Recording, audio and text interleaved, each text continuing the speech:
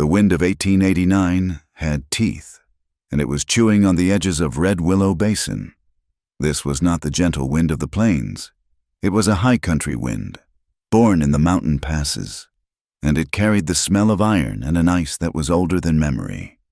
It scoured the land, leaving nothing but the brittle, silver-gray grass that rustled like a field of snakes, and the high, thin whine of its own passage. Above this expanse, the sky was a hard, pale blue, like the eyes of a blind man. It offered no warmth, only a relentless, empty light. From this vantage, the Mercer Ranch was not a homestead. It was a speck, a smudge of human stubbornness against an indifferent canvas. The smoke rising from the single chimney stack did not billow. It was a thin, gray thread, whipped horizontal by the gale before it could climb, a desperate signal of a low, grudging fire. The house itself sat hunched, the paint scoured from its clapboards, leaving the wood bare and gray, almost invisible against the winter-killed earth. Beside the house stood the windmill, its metal frame a skeletal monument to a better time. It was here, in the biting cold, that Cole Mercer worked. He was 33, but the land and the loss had carved 43 years into his face. He was a quiet man, made quieter by the emptiness of the house behind him.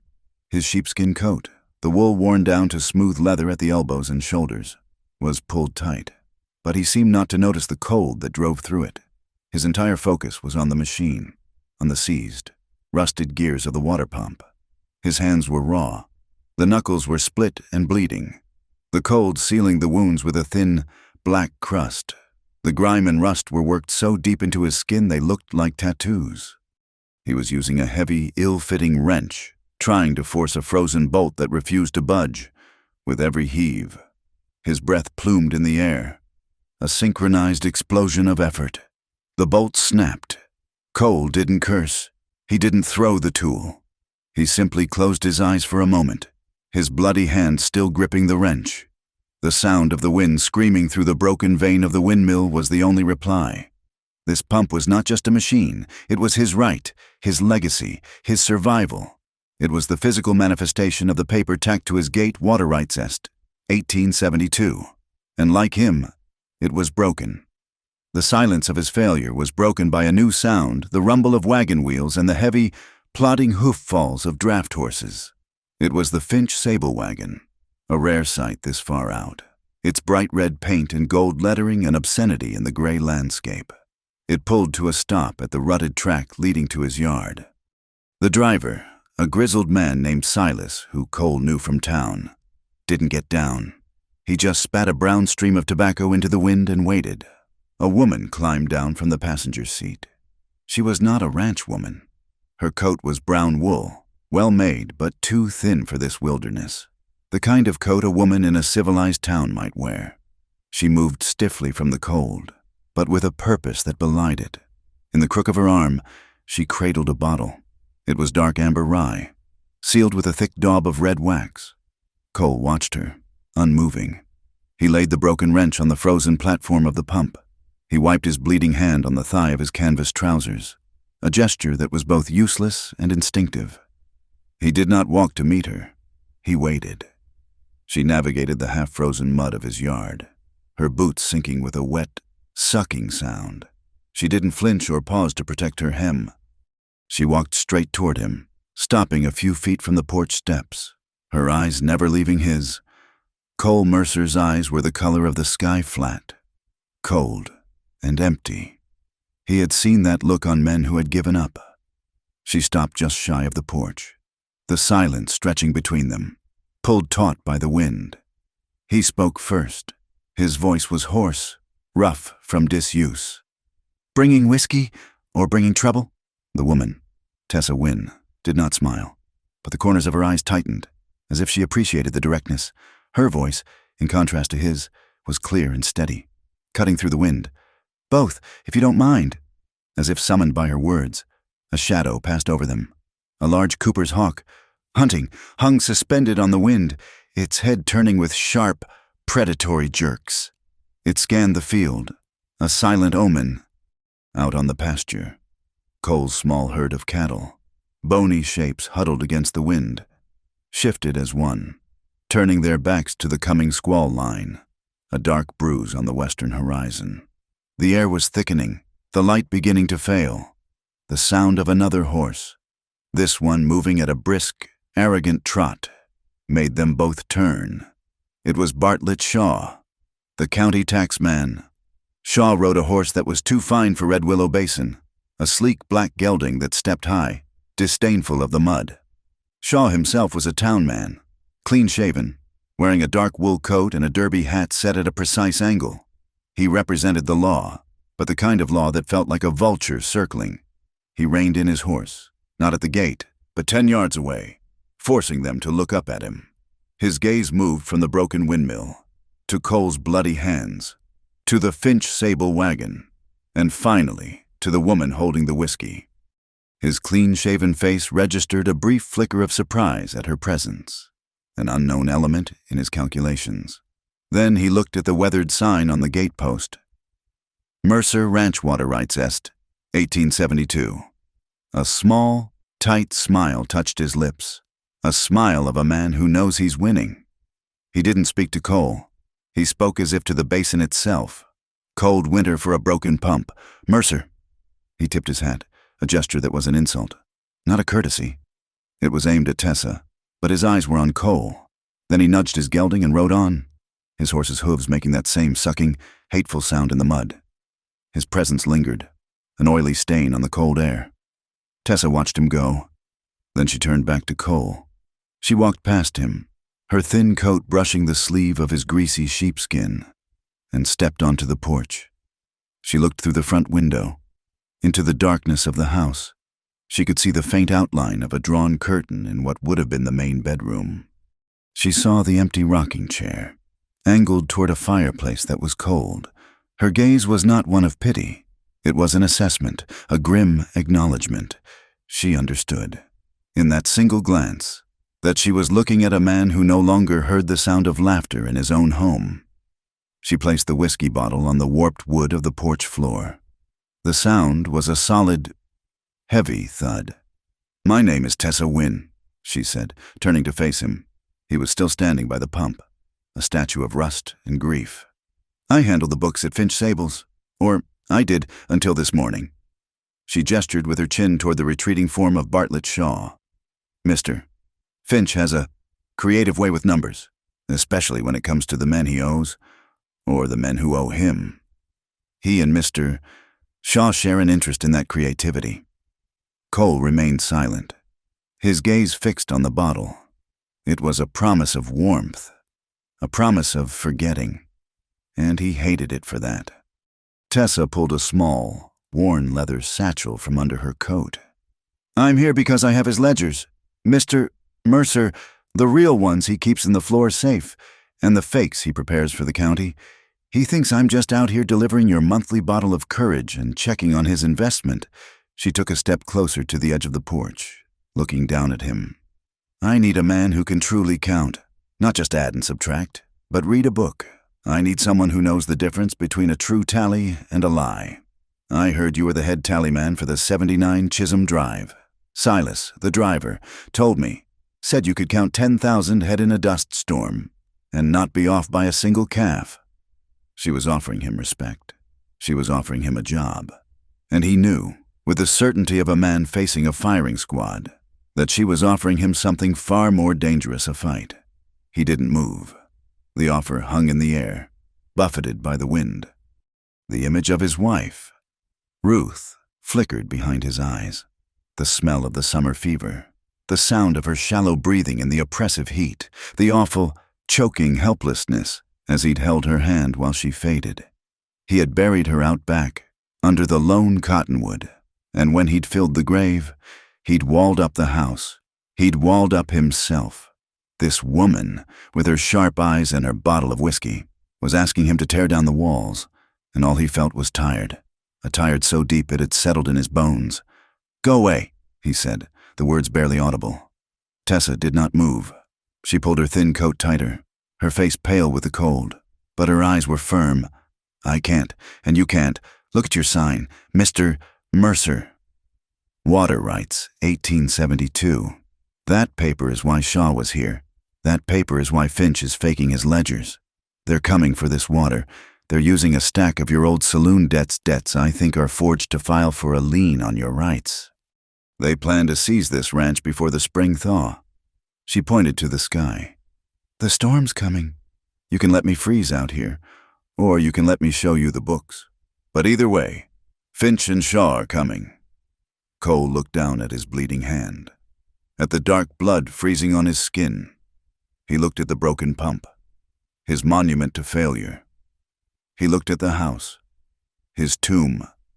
Then he looked at the bottle, its amber liquid, a solid, heavy promise on his porch. He didn't answer her. He didn't invite her in. He walked, his boots heavy on the frozen ground, and jerked his chin toward the large barn, its roofline sagging but intact. It's colder, he said, his voice a rasp of rust. But the roof's tighter than the house. Tessa Wynne nodded once. She grabbed her satchel, leaving the whiskey where it lay. She followed him toward the barn, the wind howling at their backs, pushing them into the gathering dark. The sound of the windmill vane above them was a long, metallic scream. It was a raw, brutal beginning. But in Red Willow Basin, it was the only kind that was true. The great barn door groaned open on leather hinges that had gone years without grease. The sound was a protest, a long, deep-throated complaint against the intrusion. Cole heaved it just wide enough for them to slip through and then shoved it shut, the heavy bar falling into its iron bracket with a sound like a jail cell locking. For a moment, they were in absolute blackness, the roar of the wind outside muted to a low, mournful hum that vibrated through the timbers of the building. The air inside was thick with the ghosts of 100 seasons. It smelled of dry hay, of cold earth, of leather and rust, and the faint, musky scent of the animals that had once sheltered here. It was a still, dead cold. A cold that seeped into you rather than blasted at you. A match scraped against stone, and a tiny flame bloomed in Cole's cupped hands. He lit a dusty lantern hanging from a peg, and the light pushed the shadows back into the corners, revealing the vast, cathedral-like space. Hay was piled high in a loft that sagged under its own weight. Empty stalls lined one wall, their gates hanging ajar like open mouths. A complex system of ropes and pulleys, designed for lifting hay bales, crisscrossed the high rafters. Coated in a thick fur of dust and cobwebs, Tessa's eyes, adjusting to the gloom, took it all in. She saw the decay, the neglect, but beneath it, she saw the design. The pulley system was elegant in its simple mechanics, a logic puzzle solved with rope and wood. The layout of the stalls, the position of the grain bins, the drainage channel carved into the dirt floor. It wasn't random. It was the work of a methodical mind, a mind that understood systems, the mind of a tallyman. Cole gestured with the lantern toward a small, enclosed area that had once been a tack room. In there, it's out of the draft. He didn't wait for her. He walked to the room, the lantern swinging at his side, casting long, dancing shadows that made the barn seem alive with silent movement. As he passed a stack of old burlap sacks, the rough texture of the fabric snagged at his memory, pulling him back. The church in Larkspur Flats was cold, not the honest cold of the plains, but a damp, formal cold that smelled of wilting flowers and polished wood. He stood at the front, his new black coat feeling stiff and foreign on his shoulders. The town was behind him, their pity a physical weight on his back. He didn't look at them. He looked at the simple pine box. Ruth. He could feel the hollowness in his chest, a great, scooped-out emptiness where his heart had been. After, at the graveside under the lone cottonwood on his land, they had handed him the shovel for the first ceremonial toss of dirt. The sound of the dry soil hitting the lid of the box was the most final sound he had ever heard. It was the sound of a door closing forever. That night, after everyone had gone, he had returned to the spot. The moon was a sliver of bone in the sky. He dug his fingers into the cold, loose earth of the grave and pushed her wedding band, a simple silver ring they had bought from a traveling smith, deep into the soil. He was burying the last piece of that life. He was burying himself. "Mercer!" Tessa's voice cut through the memory. He blinked, the dusty barn reassembling itself around him. He was standing at the entrance to the tech room, the lantern held dumbly in his hand. She was watching him, her expression unreadable. He grunted and pushed the door open. It was small, barely larger than a closet, but it was sheltered. A simple wooden table and a three-legged stool were its only furniture. He set the lantern on the table, its yellow light creating a small circle of warmth and civilization in the gloom. Tessa stepped inside, her satchel clutched in her hands, while Cole stood silent and brooding by the door.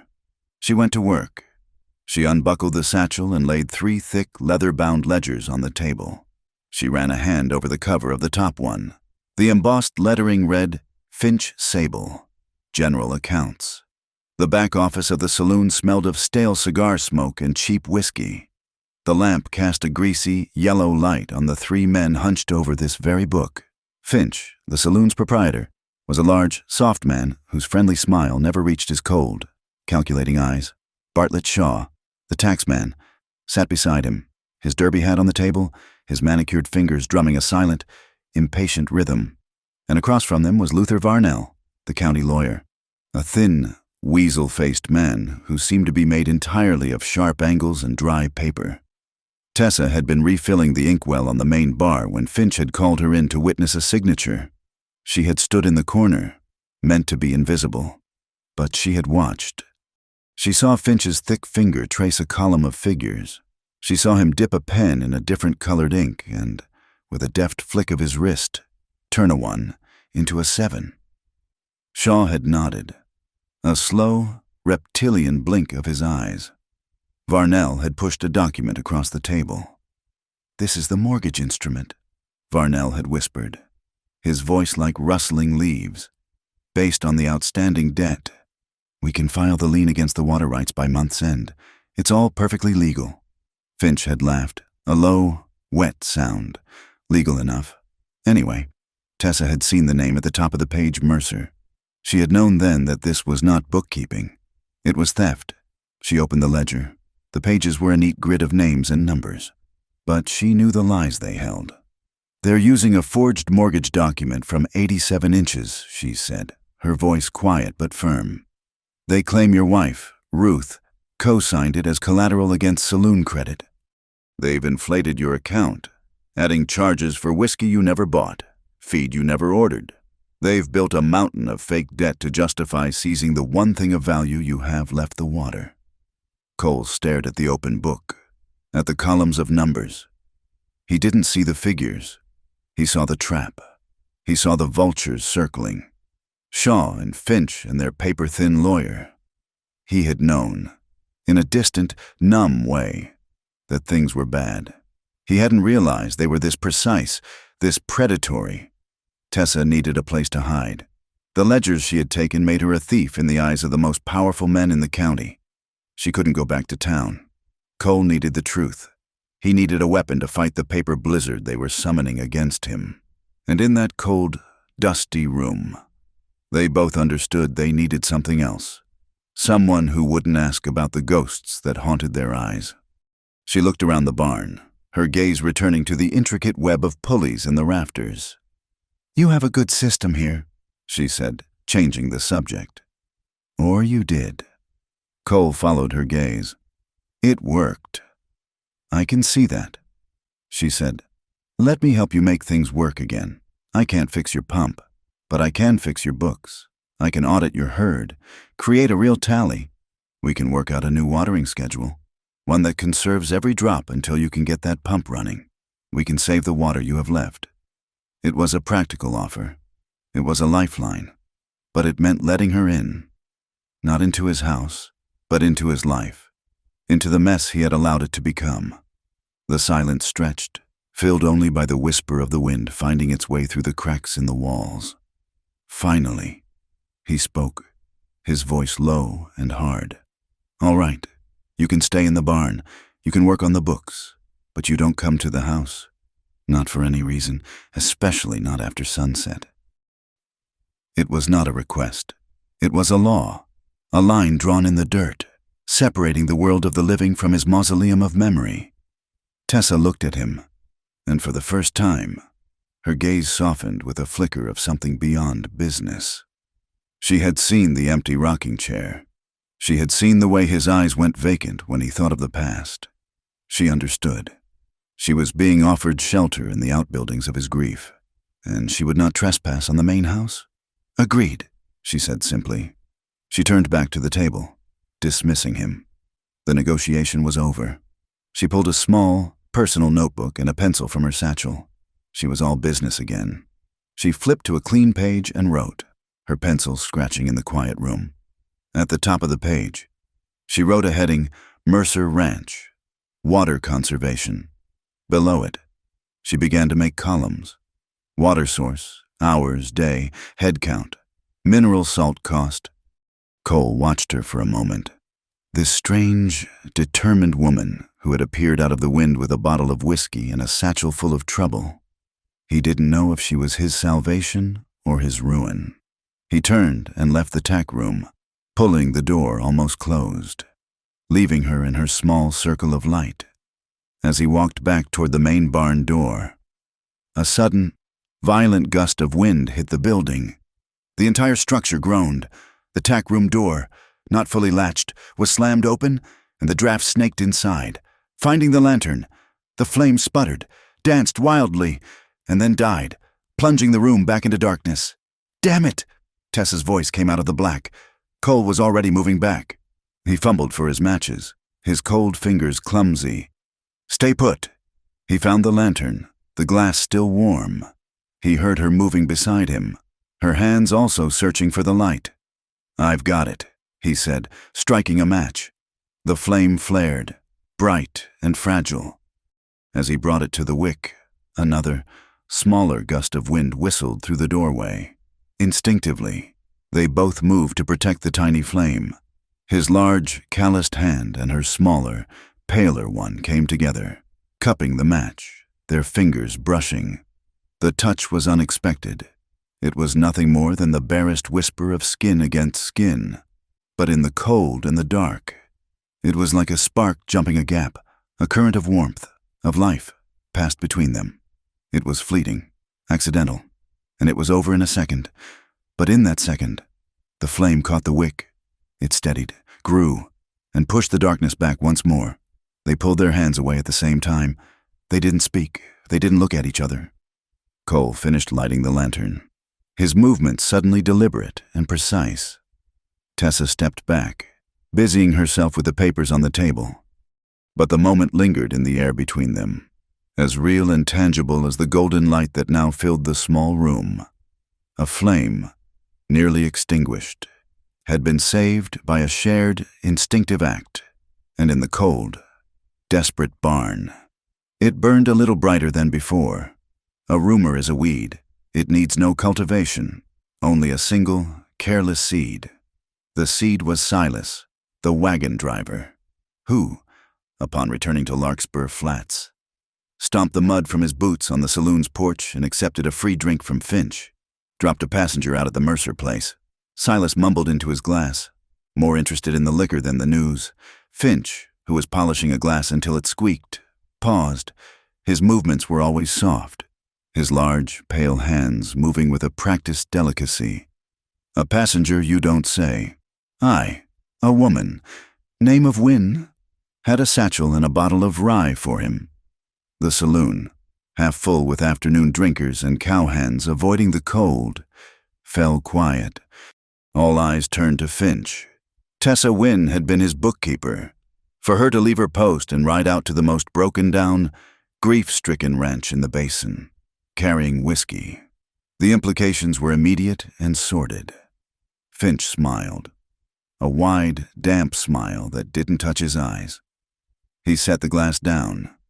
"Well, now, it seems Miss Wynne has found new employment, a position more suited to her talents." He looked at the men watching him. "It's a cold winter. A man like Mercer, he has needs. And a woman like Miss Wynne, she has ambitions."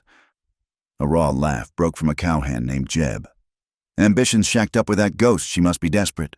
Or smart," another countered. A lean man named Rouleau Nash. He's still got that water right. Maybe she aims to be the widow of a widow. Finch raised his soft hands. Now, boys. Let's not speak ill. The woman's made her choice. In fact, he said, moving to the tap, her absence puts me in a generous mood. Drinks for all my friends, on credit. He didn't have to say anything else. The credit was the payment. The men laughed, raised their glasses, and the rumor was set in stone. By nightfall, the saloon widow is shacked up with Mercer was the only news in Larkspur Flats. It was a vicious, effective poison. Finch, by offering cheap debt, had bought himself an army of gossips. He had successfully painted Tessa as a desperate, fallen woman. And in 1889, the word of a fallen woman was worth less than the mud on Silas's boots. Any ledger she produced would be dismissed as the spiteful fantasy of a discarded mistress. The next morning, the second arm of the attack made itself known. Bartlett Shaw, crisp and official in his derby hat, emerged from the county office. He walked not to the saloon, but to the public notice board outside the Mercantile, the town's social and commercial heart. He held a single sheet of paper and a small hammer. With 4 decisive taps, he nailed the rumor into law. The notice was dense with legal text, but the important words were large and clear: public town meeting, Tuesday next. And below that, concerning the abandonment and wasteful non-use of water rights granted under deed, 1872 Parcel M. Mercer. The townspeople gathered to read it. Their reactions were a cross-section of the basin's soul. Mrs. Eudora Lyle, the minister's wife, read it and her lips thinned with disapproval. Though it was unclear if it was for Shaw or for the implication of waste, Mr. Dobbs, the Mercantile owner, rubbed his chin, calculating how a change in water distribution would affect grain prices. And then there were the ranchers. That night, the real meeting took place. Not in a town hall, but in the cavernous, hay-filled barn belonging to Grady Pike. Pike was a bull of a man, a rancher whose own land bordered Mercer's, and whose herd was always thirsty. He and 5 other cowhands, including the lean Rouleau Nash, sat on hay bales, their faces lit by a single, smoky lantern. It's a public matter now, Pike said, chewing on a piece of straw. Shaw's moving. Finch is moving. They're going to take that water and sell it to the railroad, or to the big syndicates down south, and we'll be left drinking dust. That's Mercer's right, one of the younger hands said, his voice hesitant. It's his right to use. Pike snapped. Not to sit on. Mourning his dead wife while the rest of us go dry. He ain't run more than 30 head since the fever. That pump's built for 300. It's waste. Plain and simple. Rouleau Nash spat. So what's the plan? Grady, we go to Shaw's meeting? Make our voices heard. Pike smiled, a cold, humorless expression. Shaw's meeting is a formality, a piece of paper. The real problem is the pump. As long as that pump stands, Mercer has a claim. As long as he can draw 1 bucket of water, the law says he's using it. He leaned forward, his voice dropping to a conspiratorial rumble. But if that pump was to fail permanently, a broken axle, a fire, something the wind did. The other men glanced at each other. This was beyond legal maneuvering. If that pump is gone, Pike continued, the non-use is permanent. The right becomes null. It reverts to the basin. And who is the basin? We are. We petition the county to divide the rights among the established ranches. We all win. Mercer loses nothing he ain't already lost. Rouleau Nash nodded slowly. When? Waning moon. End of the week. They say he's got Finch's woman out there. We'll give 'em a scare they won't forget.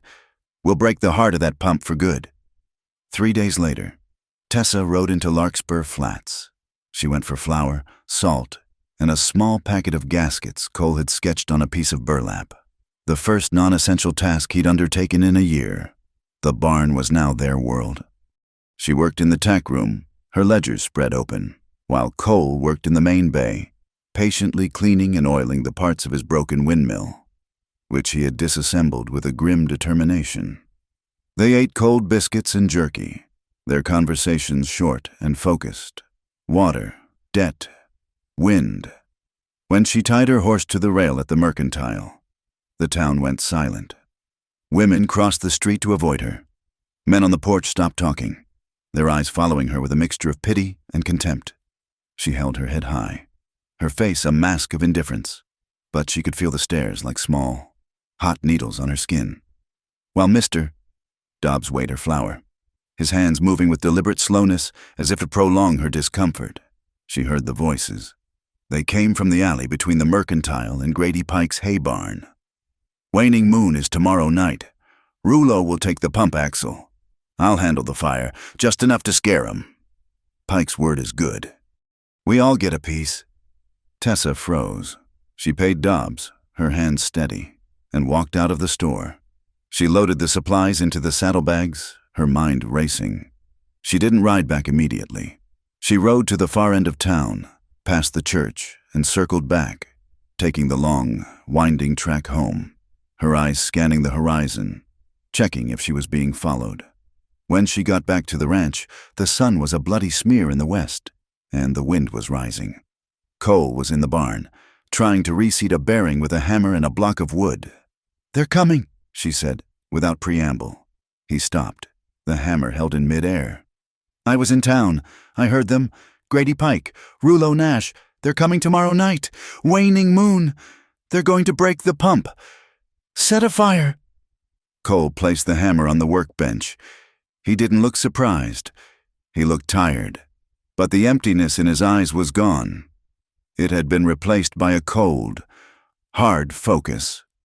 He walked to the wall of the barn, where a set of antlers held an old, dusty rifle. It was a Winchester .73, the metal a dull gray, the woodstock dark with age. He picked it up. He checked the action, the lever moving with a smooth, oiled click. He took a small box of cartridges from a shelf and methodically began to fill the magazine. He didn't speak. When it was loaded, he held it out to her. "Stock first." Tessa looked at the rifle, then at him. "You know how to use this?" His voice was flat. "I've shot a rifle before, at fairs, tin targets. This ain't a tin target." He kept the rifle held out. She took it. It was heavy, colder than the air, and it smelled of oil and power. "This here is the safety," he said, his thumb touching a small lever near the hammer. "It's on. Don't take it off unless you're pointing at something you mean to stop. And don't point it unless you're ready to see it fall." She nodded, her hands closing around the cold wood. It was an unspoken contract. He had given her a weapon. He had made her a partner in the defense of this land. She set the rifle down. "Now," she said, "it's my turn. You need to see why they're so confident." She led him into the tack room, lit the lantern, and opened her satchel. She pulled out the ledgers, but also a single, folded document. It was yellowed, brittle, and carried a false air of authority. "This is that 1872 mortgage Shaw filed with the county, the one they say your wife signed." Cole took it. He unfolded it under the lamplight. He read the text, his lips moving silently. Then his eyes settled on the bottom, the signature. Ruth Mercer. He stared at it for a long, silent minute. "It's good," he whispered. "The shape is right." "But it's not," Tessa said, her voice soft. She pulled out one of Cole's own ranching logbooks from 3 years prior, a real one. She flipped to a page detailing a sale of 2 calves marked paid. At the bottom was a small, neat signature R. Mercer. "Look," Tessa said, placing them side by side. The difference was stark. The forged signature was a careful, artistic copy, but the real one was fast, confident. The R in the forgery was perfectly formed. Ruth's R was a quick, sharp dash. The forged T was crossed with a straight, deliberate line. Ruth's T was looped, a small, optimistic flourish at the end of her name. They drew her name," Cole said, his voice thick with a sudden, cold fury. He touched the forged signature, his calloused finger tracing the lie. "This is an insult. This is grave robbery." This was not about water anymore. This was about her, about the memory they were staining for profit. He looked up, and for the first time, he truly met Tessa's eyes. He didn't see a saloon widow or a woman in trouble. He didn't see pity or ambition. He saw an ally. He saw a woman who had, at great personal risk, brought him the one thing he hadn't had in a year, the truth. She had given him back his anger. "They're coming tomorrow," he said. It was no longer a statement of fear. It was a statement of fact. "We should be ready," she replied. He nodded. "They're expecting a broken man. They're not expecting us." They worked for the next hour as the last light died. Cole went to the junk pile behind the barn, a place where broken tools and old tins had been accumulating for a decade. He gathered a dozen empty bean cans, syrup tins, and rusted buckets. With a spool of baling wire, they created a perimeter. They strung the wire low to the ground, a spider's web in the dark, encircling the windmill from 20 yards out. They tied the tins to the wire, where they hung like strange, metallic fruit. Night fell completely. The waning moon offered only a sliver of ghostly light, just enough to make the shadows seem deeper. The wind rose, a low, keening wail that rattled the new makeshift alarm. It wasn't a loud noise, just a persistent, nervous clink-clank-tink as the gusts swept across the yard. Cole and Tessa stood in the deep shadow of the barn doorway, the open prairie before them. He held his own shotgun, a heavy, double-barreled piece. She held the Winchester, the stock resting against her hip. The house behind them was dark and cold, a tomb. The barn was their fortress, and out in the darkness, the windmill, their objective, was guarded. The wind played its tune on the cans. It was a strange, discordant sound, like a poor man's bell choir, a ragged chorus of tin and wire. It was the only sound in the vast, empty basin, a fragile alarm protecting a broken pump, and a heart that was, against all odds, beginning to beat again. The wind was the first enemy. It was a constant, shifting assailant, making every shadow move, every loose board rattle. It plucked at the tin can alarm system, sending false reports of a perimeter breach every few minutes. The tink-clink was maddening, a nervous, metallic chatter that frayed the edges of the silence. Tessa was crammed behind a stack of heavy salt lick barrels just inside the barn's main door, which was cracked open perhaps 3 inches. The position gave her a narrow, triangular view of the yard and the tormented windmill. The cold from the packed earth floor seeped through her wool coat, and the acrid smell of the salt stung her nose. Her hands, wrapped around the Winchester, were numb. Her heart hammered against her ribs. A frantic bird in a small cage. Cole was somewhere deeper in the barn, lost in the absolute blackness near the side wall. He was a ghost in his own stronghold. For 2 hours, nothing moved but the wind and the shadows. Tessa's muscles ached from the cramped, unmoving posture. Her eyes burned from straining into the pale, unreliable moonlight. She was beginning to believe the wind was the only intruder. Then, the cans went quiet. It was not a sudden silence, but a cessation of sound. The wind still howled, but the random, chaotic clinking had stopped. Tessa's breath caught in her throat. She leaned forward, her eye pressed to the crack in the door. A hand, a dark shape, moving low and slow, was carefully, methodically, steadying the wire. 2 shadows detached themselves from the deeper void of the prairie. They moved in a low crouch, not like men walking, but like predators. One was a thick, heavy shape, moving with a ponderous, deliberate weight, Grady Pike. The other was thinner, quicker, a length of whipcord and malice, Rouleau Nash. Tessa's heart stopped hammering and began to thud. A heavy, painful beat. She watched them cross the tripwire. Pike carried a heavy pry bar.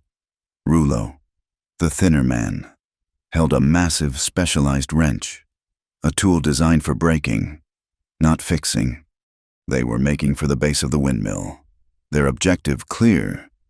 Tessa didn't make a sound. She didn't have to signal. Cole had heard the change in the wire's song, too. Pike and Rouleau reached the pump. They spoke, their voices ripped away by the wind, but their intent was obvious. Pike jammed the pry bar into the main housing, testing it for leverage. Rouleau spat on his hands and fitted the big wrench to the central axle nut. This was it. They were going to gut the machine. Then, a sound. It was not loud. It was a sharp, metallic squeal from the shadows near the barn. It was the sound of a rusted valve wheel being forced on its threads. Cole, hidden in the dark, had opened a secondary bleed valve on a feeder pipe that ran from the wellhead to an old cattle trough. For a second, nothing happened. Then, with a violent, choking cough, a pressurized stream of air and icy water blasted out of the auxiliary pipe, hitting the side of the windmill's wooden platform. The sound was a sudden, wet hiss thwack. Rulo Nash jumped back, cursing, as the frigid spray hit his legs. "What in the hell?" Pike growled, dropping his pry bar. Rulo stared at the sputtering pipe. The water wasn't coming from the main pump, but from this forgotten attachment. He was annoyed. This was an unexpected complication. He was a professional, and this was sloppy. "Stupid, broken down junk," he snarled. "The pressure's backed up. Hold on." He stepped away from the main axle, moving directly in front of the sputtering valve to inspect the leak. He bent over, putting his face close to the pipe, his back now fully exposed to the barn. He was silhouetted perfectly against the pale, frozen ground. In the barn, Tessa's world narrowed to the V-notch of the Winchester's rear sight. She saw Rulo's back. She saw the wide-brimmed hat on his head. Don't point it unless you're ready to see it fall. She didn't aim at the man. She aimed above him. She aimed for the confidence he wore like a crown. She pulled the safety. The click was tiny, lost in the wind. She squeezed the trigger. The explosion was a physical blow. The rifle slammed back into her shoulder. A brutal, painful impact that sent a shockwave through her entire body. The smell of burnt powder filled her small hiding place. The yard, for 1/2 second, was lit by a bolt of orange fire from the muzzle. Out at the pump. Rulo Nash's hat did not fly off. It disintegrated. The heavy caliber round struck the crown, and the hat exploded in a puff of felt and dust, as if snatched from his head by an invisible hand. Rulo froze. He didn't move. He didn't even breathe. He slowly raised a hand to his head, his fingers touching his hair, feeling for the hole that should have been there. He was unharmed. Grady Pike stared, his mouth open, at the tattered remnant of the hat brim as it fluttered to the ground like a dead leaf. "Get your hands in the air." Cole's voice came from the barn door, now fully open. He stood in the opening, not hiding, his double-barreled shotgun leveled, both hammers cocked. He was not the broken widower. He was the cold, furious owner of the land, and he looked like he had been waiting for this moment for a very long time. Rulo Nash, the hired gun, made his calculation.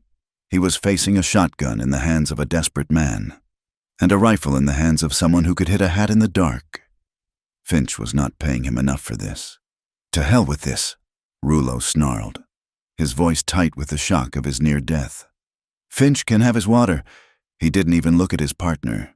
He just turned and ran, sprinting back into the darkness of the prairie, disappearing into the void. Grady Pike, alone, slowly raised his hands. The pry bar lay at his feet. Cole walked out of the barn, the shotgun never wavering. Tessa emerged from behind the salt barrels, the Winchester heavy in her arms, her shoulders screaming in protest.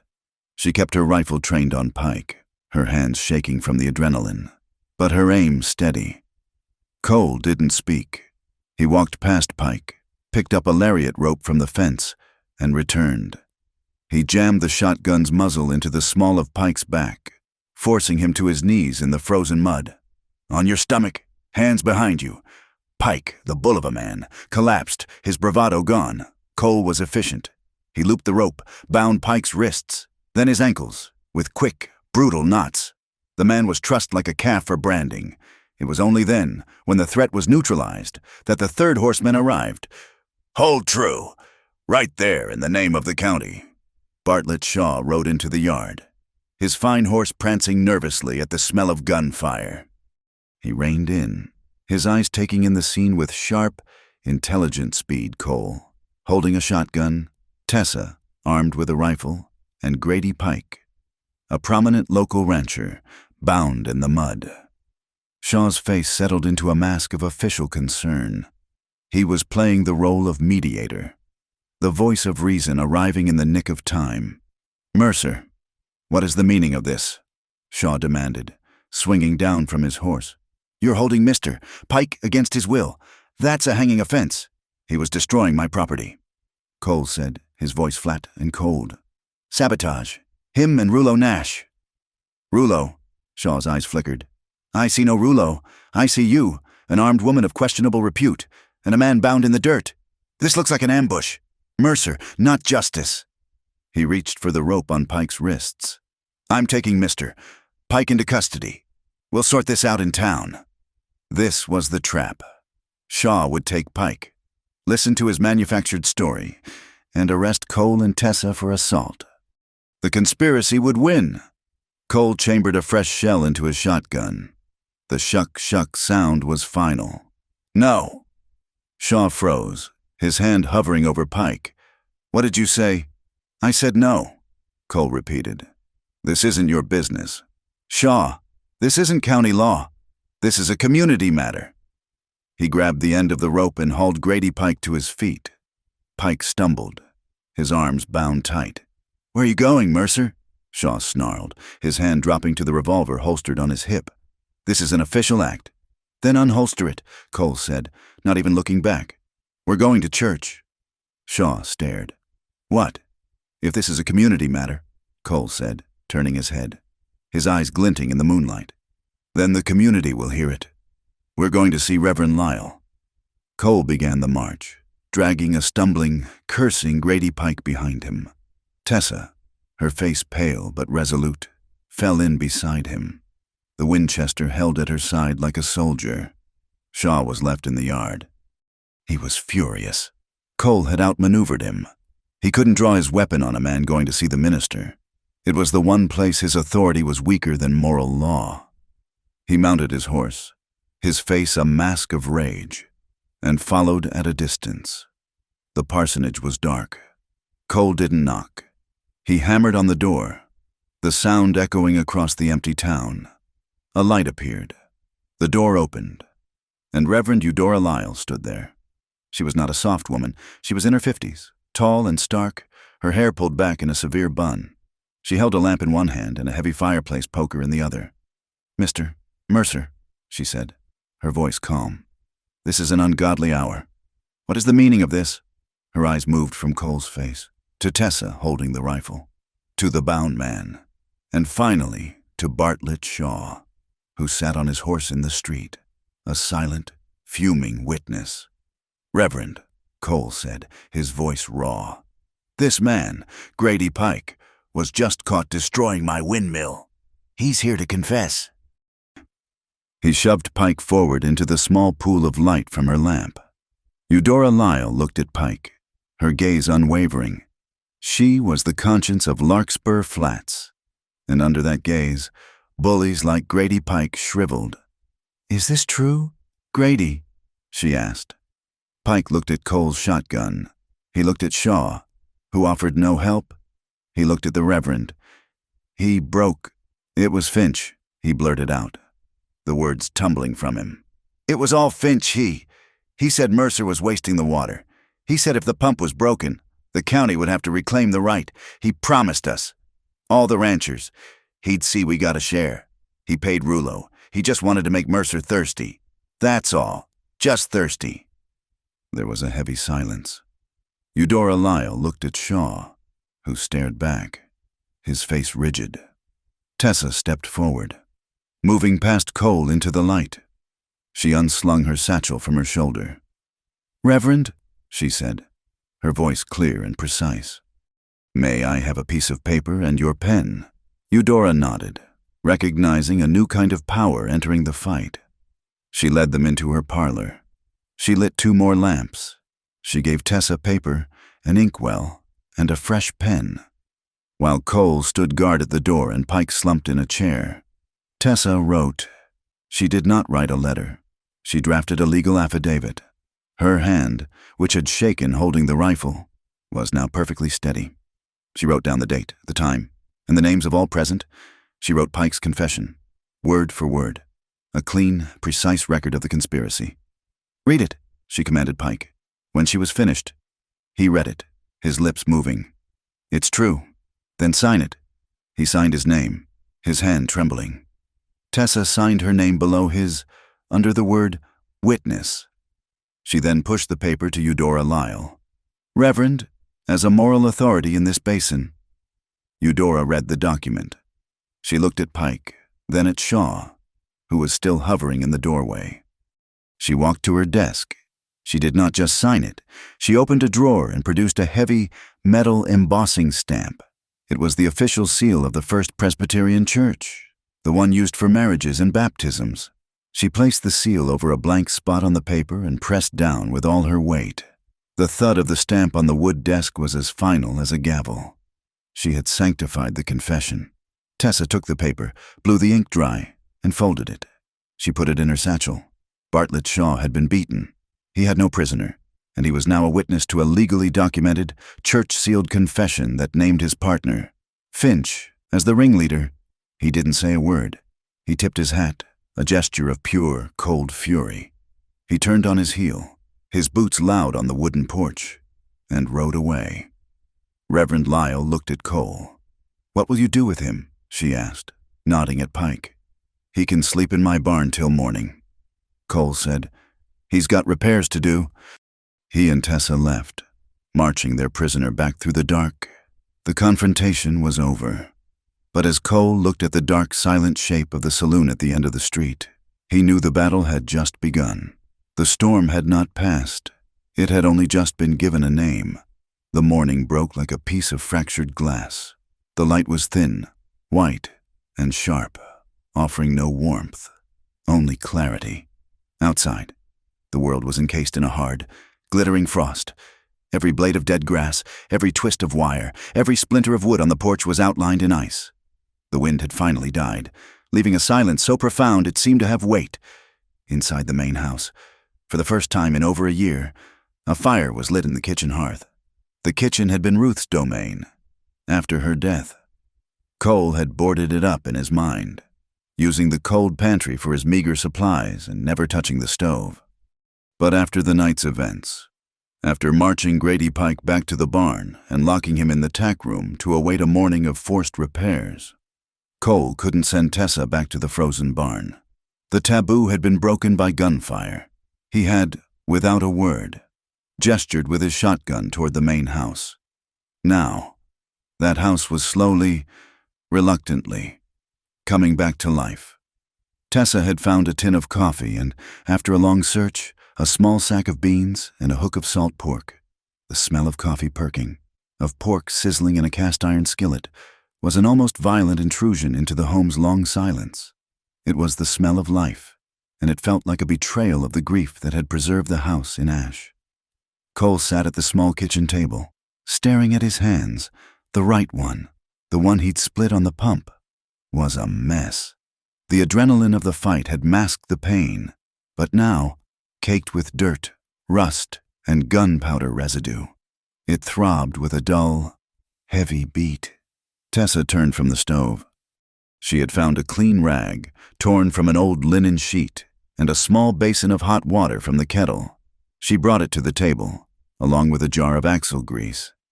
"That's not what this is for," she said, nodding at the jar. "But it's all I could find to seal it." She sat opposite him. "Give it here." He didn't move. A man didn't show weakness. A man didn't accept care. It was a foreign language. "Mercer," she said, her voice quiet but firm. "I can't have my partner laid up with a poisoned hand. We have work. Give it to me." He slowly, reluctantly, extended his hand, palm down, over the table.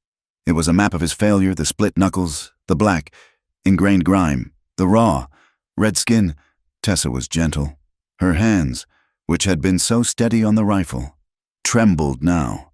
It was a fine, barely perceptible vibration, the tremor of a body that had held itself rigid with fear for hours and was only now releasing it. She dipped the rag in the hot water and began to clean the wounds. He flinched when the hot water touched the raw flesh. A sharp intake of breath. "Hold still," she murmured. She worked with a methodical patience. She cleaned away the grime, her touch surprisingly light, her focus absolute.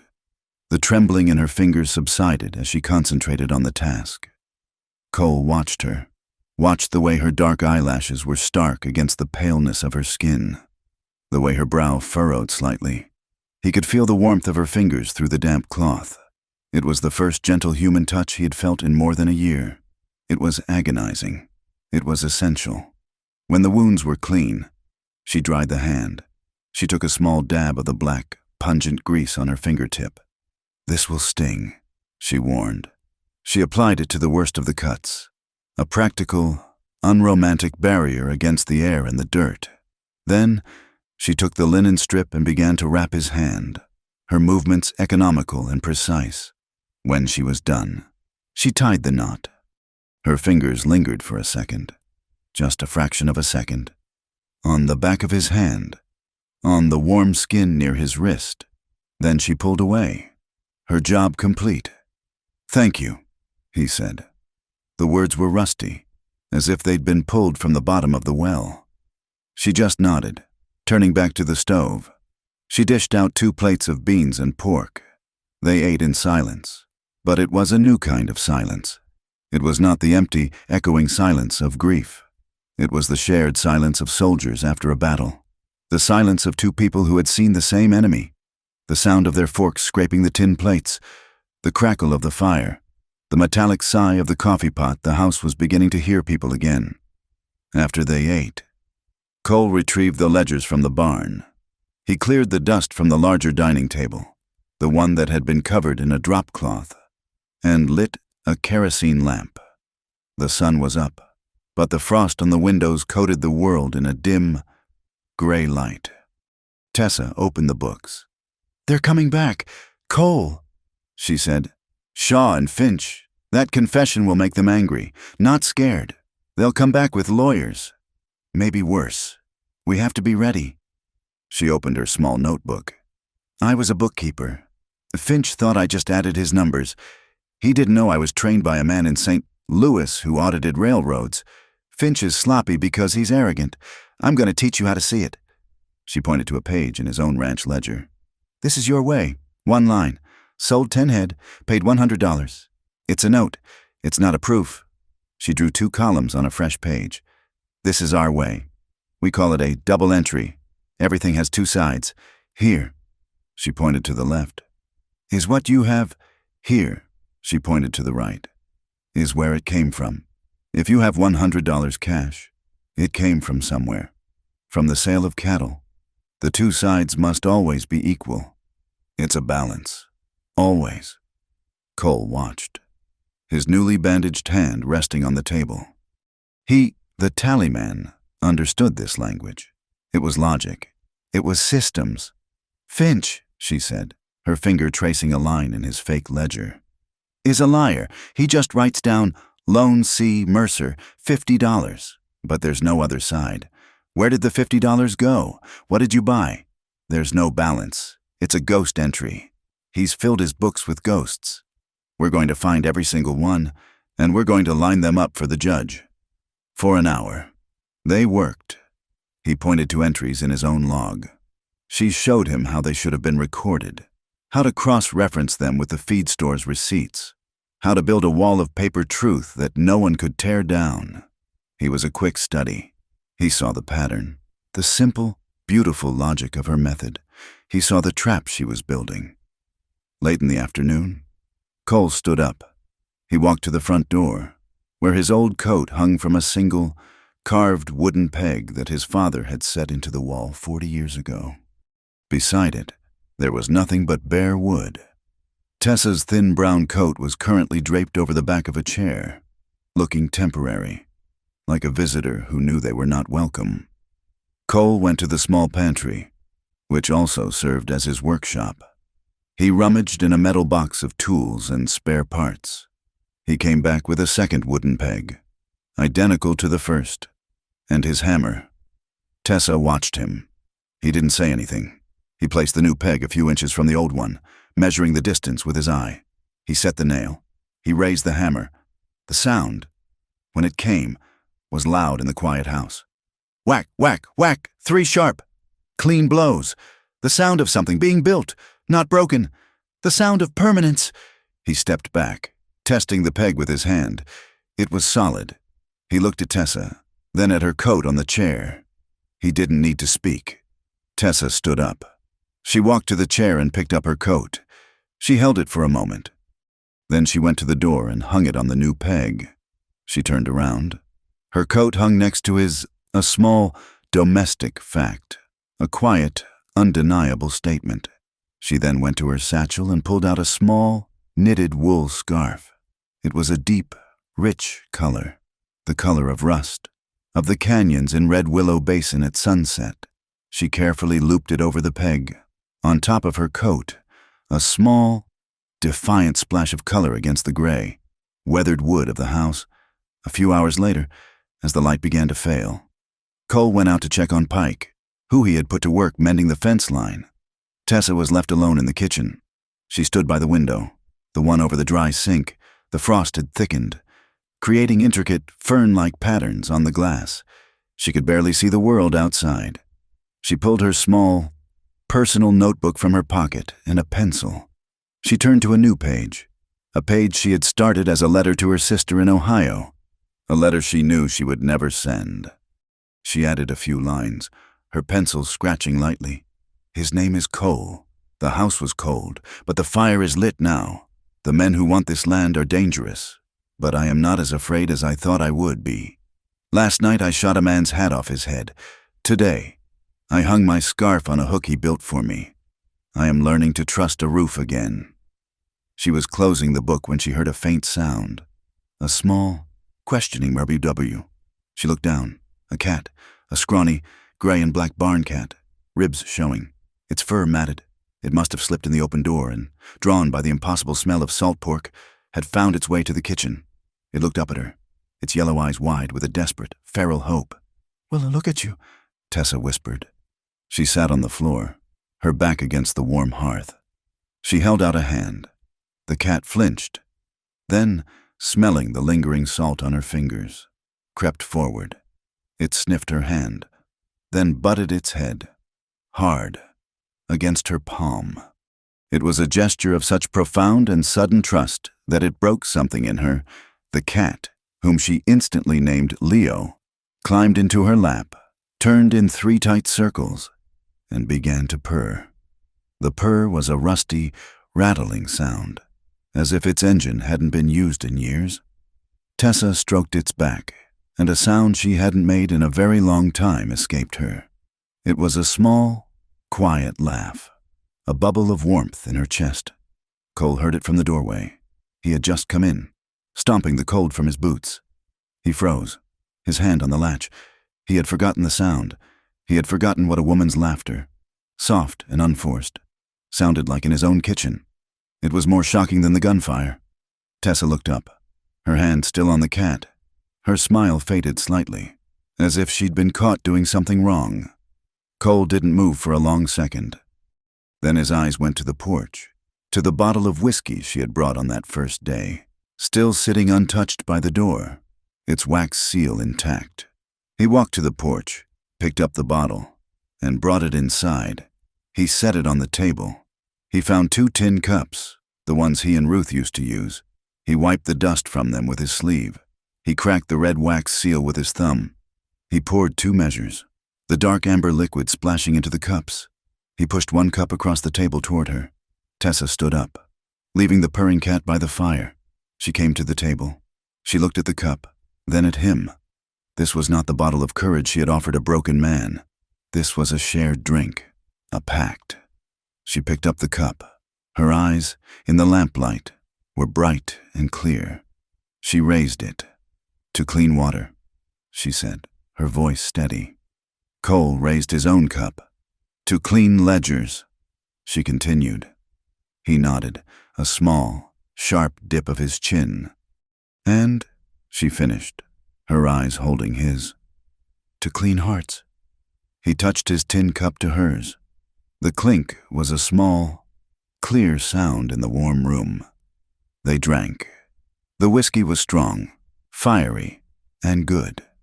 It burned a clean line of warmth down their throats, a truce against the cold, against the past, against the fight they knew was coming. Outside, the first snow of the season began to fall. It was not a blizzard. It was a gentle, silent descent of large, soft flakes.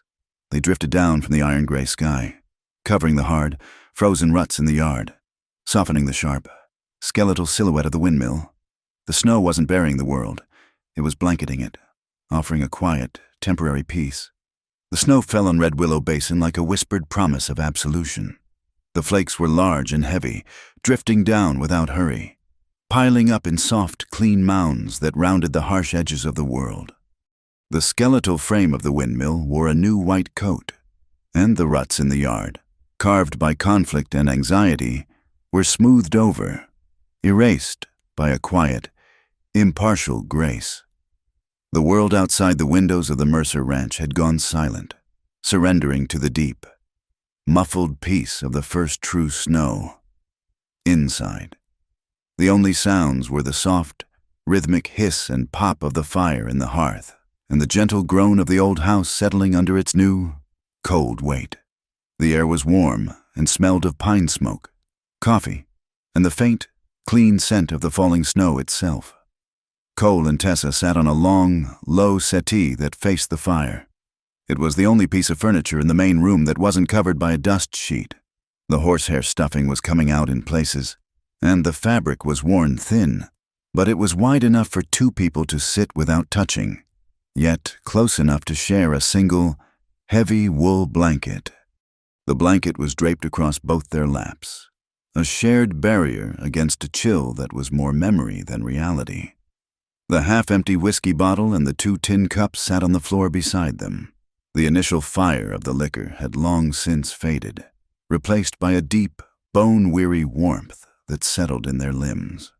They had been sitting in silence for the better part of an hour, watching the flames dance, each lost in the shifting landscape of their own thoughts, yet acutely aware of the person beside them. The silence was no longer a void to be filled, but a space to be shared. Leo, the barn cat, was a purring, gray and black lump on the hearthstones, soaking in a luxury of warmth he had never known. Tessa broke the stillness. She reached down, her movements slow and deliberate, and picked up the whiskey bottle. She looked at it for a moment, at the way the firelight caught in the amber liquid. Then she set it down on the far side of the hearth, a clear, final punctuation mark. The evening of shared strategy and tentative toasts was over. Something else was beginning. She turned her head to look at him. The firelight carved his face from the shadows, highlighting the hard line of his jaw and the weariness that was etched around his eyes. But it also caught a new light in those eyes, a watchfulness that was no longer just about survival. "I brought the whiskey," she said, her voice low.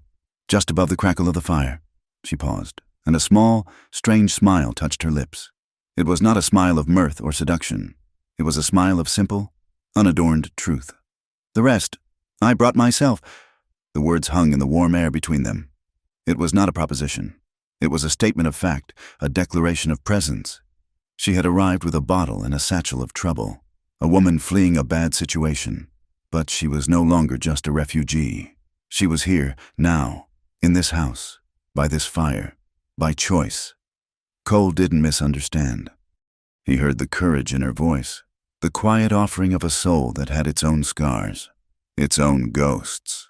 He looked from her face down to his bandaged hand, which rested on his knee. Tessa followed his gaze. She reached out, her fingers moving with a hesitation that was more respectful than timid, and gently touched the back of his wrist, just below the rough linen bandage. Her skin was warm. He could feel the faint, lingering tremor in her touch, the last echo of the rifle's kick, of the fear she had mastered. "The things that hurt the most," she said, her voice a near whisper, her fingers resting lightly on his skin. "They don't need to be hidden anymore. Cole." She was not just talking about the split knuckles. They both knew it. She was talking about the boarded-up rooms of his heart, the cold, dusty places where he kept his grief locked away. She was offering to see him, not the broken widower, not the rancher on the edge of ruin, but the man underneath it all. He turned his hand over, a slow, deliberate movement, until it was palm up, an acceptance of her touch. The silence in the room deepened, becoming charged, intimate. He looked into her eyes, searching them in the firelight. He saw no pity there. He saw no desperation. He saw only a clear, steady strength and a reflection of his own profound loneliness. He had to be sure. For her. For the memory of the woman he had lost. For the fragile, uncertain thing that was beginning to grow between them. "Are you sure, Tessa?" he asked. His voice was a low, rough sound, the voice of a man unaccustomed to asking for anything but the weather or the price of feed.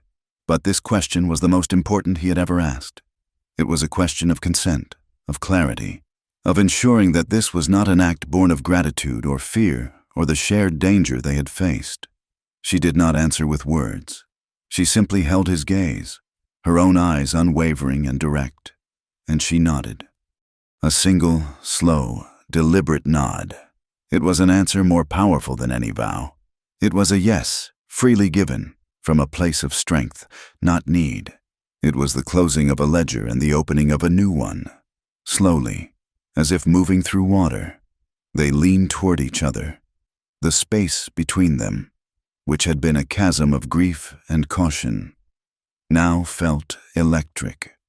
He raised his other hand, the uninjured one, and cupped her jaw, his thumb stroking the soft skin just below her ear. She leaned into his touch, her eyes fluttering shut for a moment.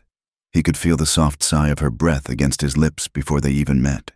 Their foreheads touched. They stayed that way for a long moment, simply breathing, their rhythms synchronizing, two heartbeats finding a single, quiet cadence in the fire-warmed room. His hand found hers, their fingers lacing together. A natural, easy fit. It was not a claiming.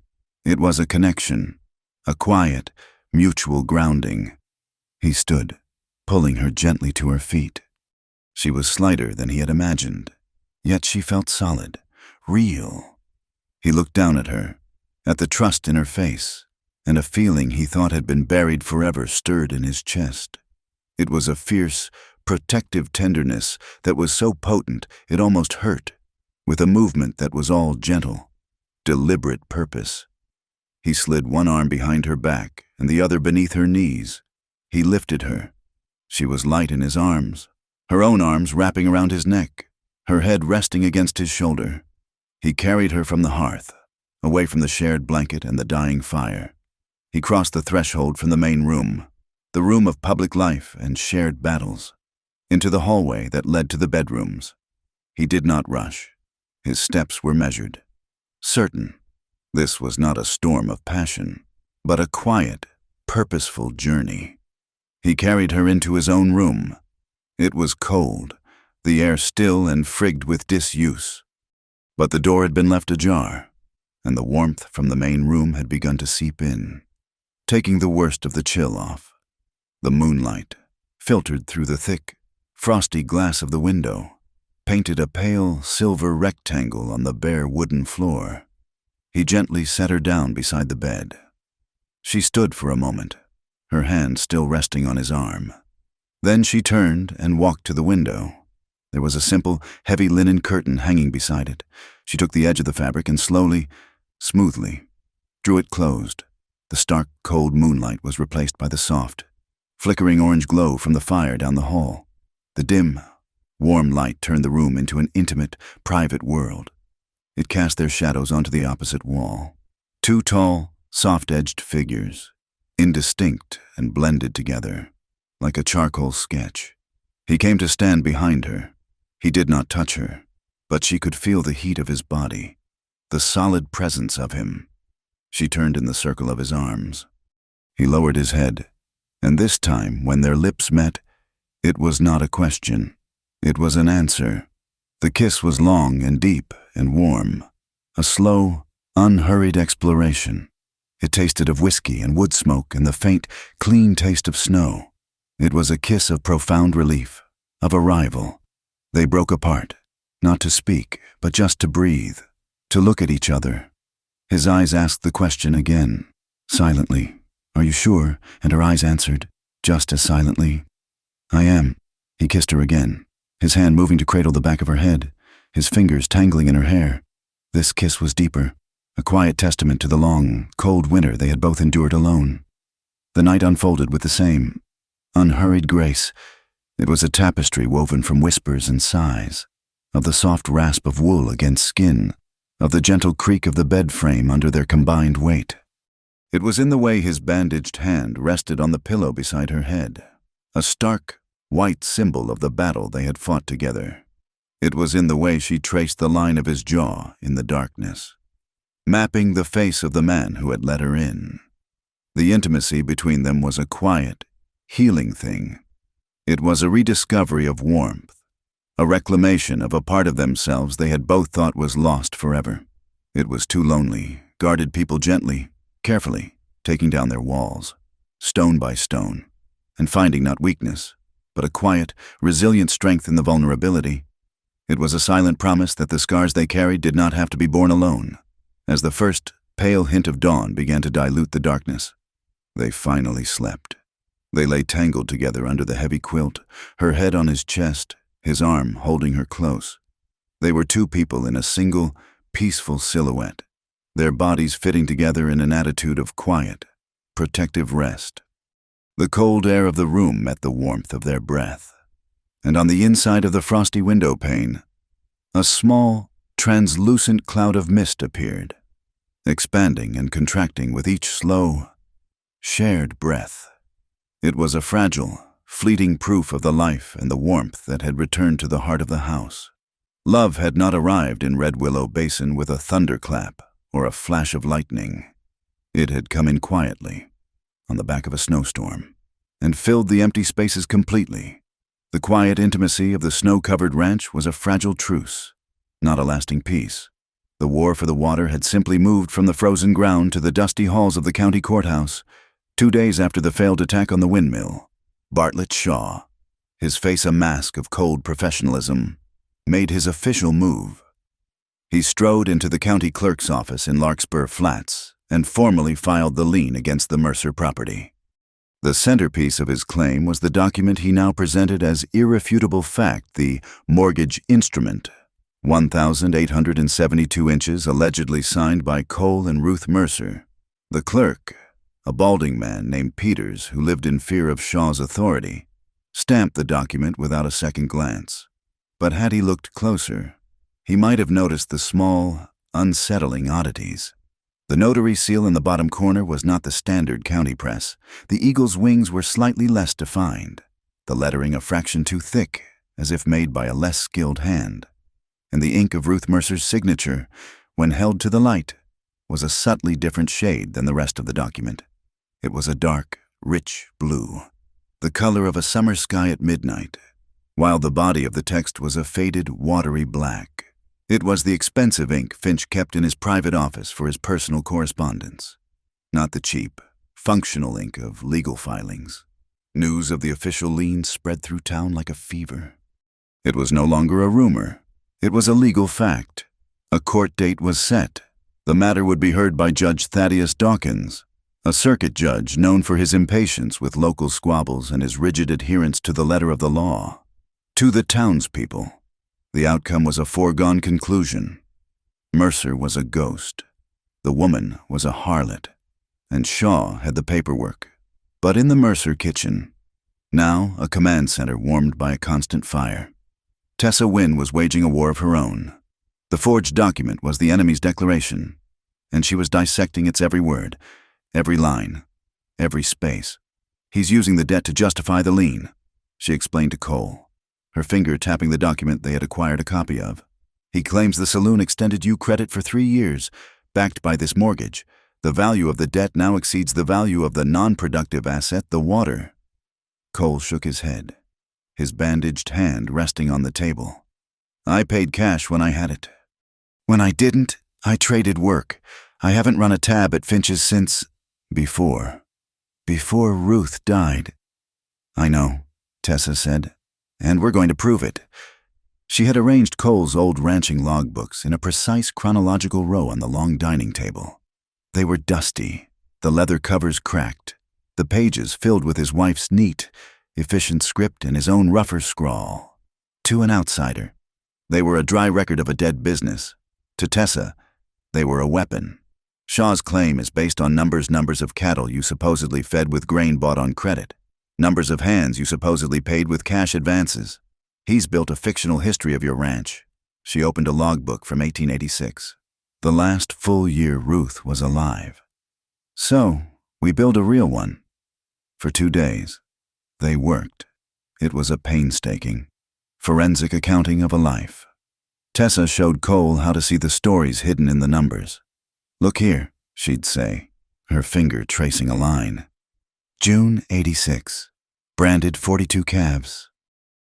Your herd count for that season was 87, a healthy birth rate. Now look at Finch's ledger. He claims you bought 300 pounds of supplemental feed that month. While your pasture was green, your herd was healthy, the numbers don't match the season." She found the records of ear notches, the unique patterns cut into a calf's ear to denote its birth year and lineage. Here, the V-notch right, crop left was for the 87 spring calves.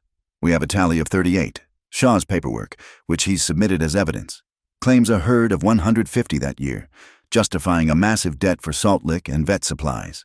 But your own record, in your wife's hand, shows a herd of less than 90. He's not just lying. Cole, he's invented 60 ghosts and billed you for their upkeep.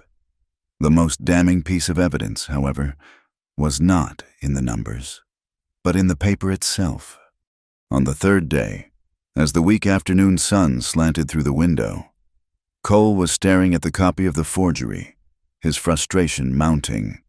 "It looks so real," he said, running a finger over the fake signature. "It's a drawing," Tessa murmured, her eyes narrowed. "It's not writing." He picked up the document, holding it to the light. He turned it over. He had folded and unfolded it a dozen times, and his hands knew the feel of it. And then he saw it. "Tessa!" His voice was sharp. "Look." He laid the paper flat on the table. "This is how they folded it," he said, creasing it along the lines it had come with. A standard legal fold, into thirds. "But look here." He pointed to a faint, almost invisible line running across the paper, a line that did not correspond to the main folds. It was an old crease, packed with the fine, gray dust of years. But the new fold, the one Shaw and Finch had made, ran perpendicular to it, and where the new, sharp crease crossed the old, dusty one, something was wrong. The new fold had been pressed down on top of the dust. Tessa leaned in, her eyes inches from the paper. He was right. It was a wrong fold. An old document, stored away for years, gathers grime in its creases. If you unfold it and then refold it differently, the new crease traps the old grime. It was a tiny, physical mistake, a fingerprint of the fraud. "They had an old, blank deed," Tessa whispered, her voice filled with a sudden, fierce excitement. "A real one, from 72. They unfolded it, wrote their lies on it, forged the signatures, and then folded it the wrong way. That same afternoon, they received a visitor. Reverend Eudora Lyle arrived in a small buckboard, her face set with a grim determination.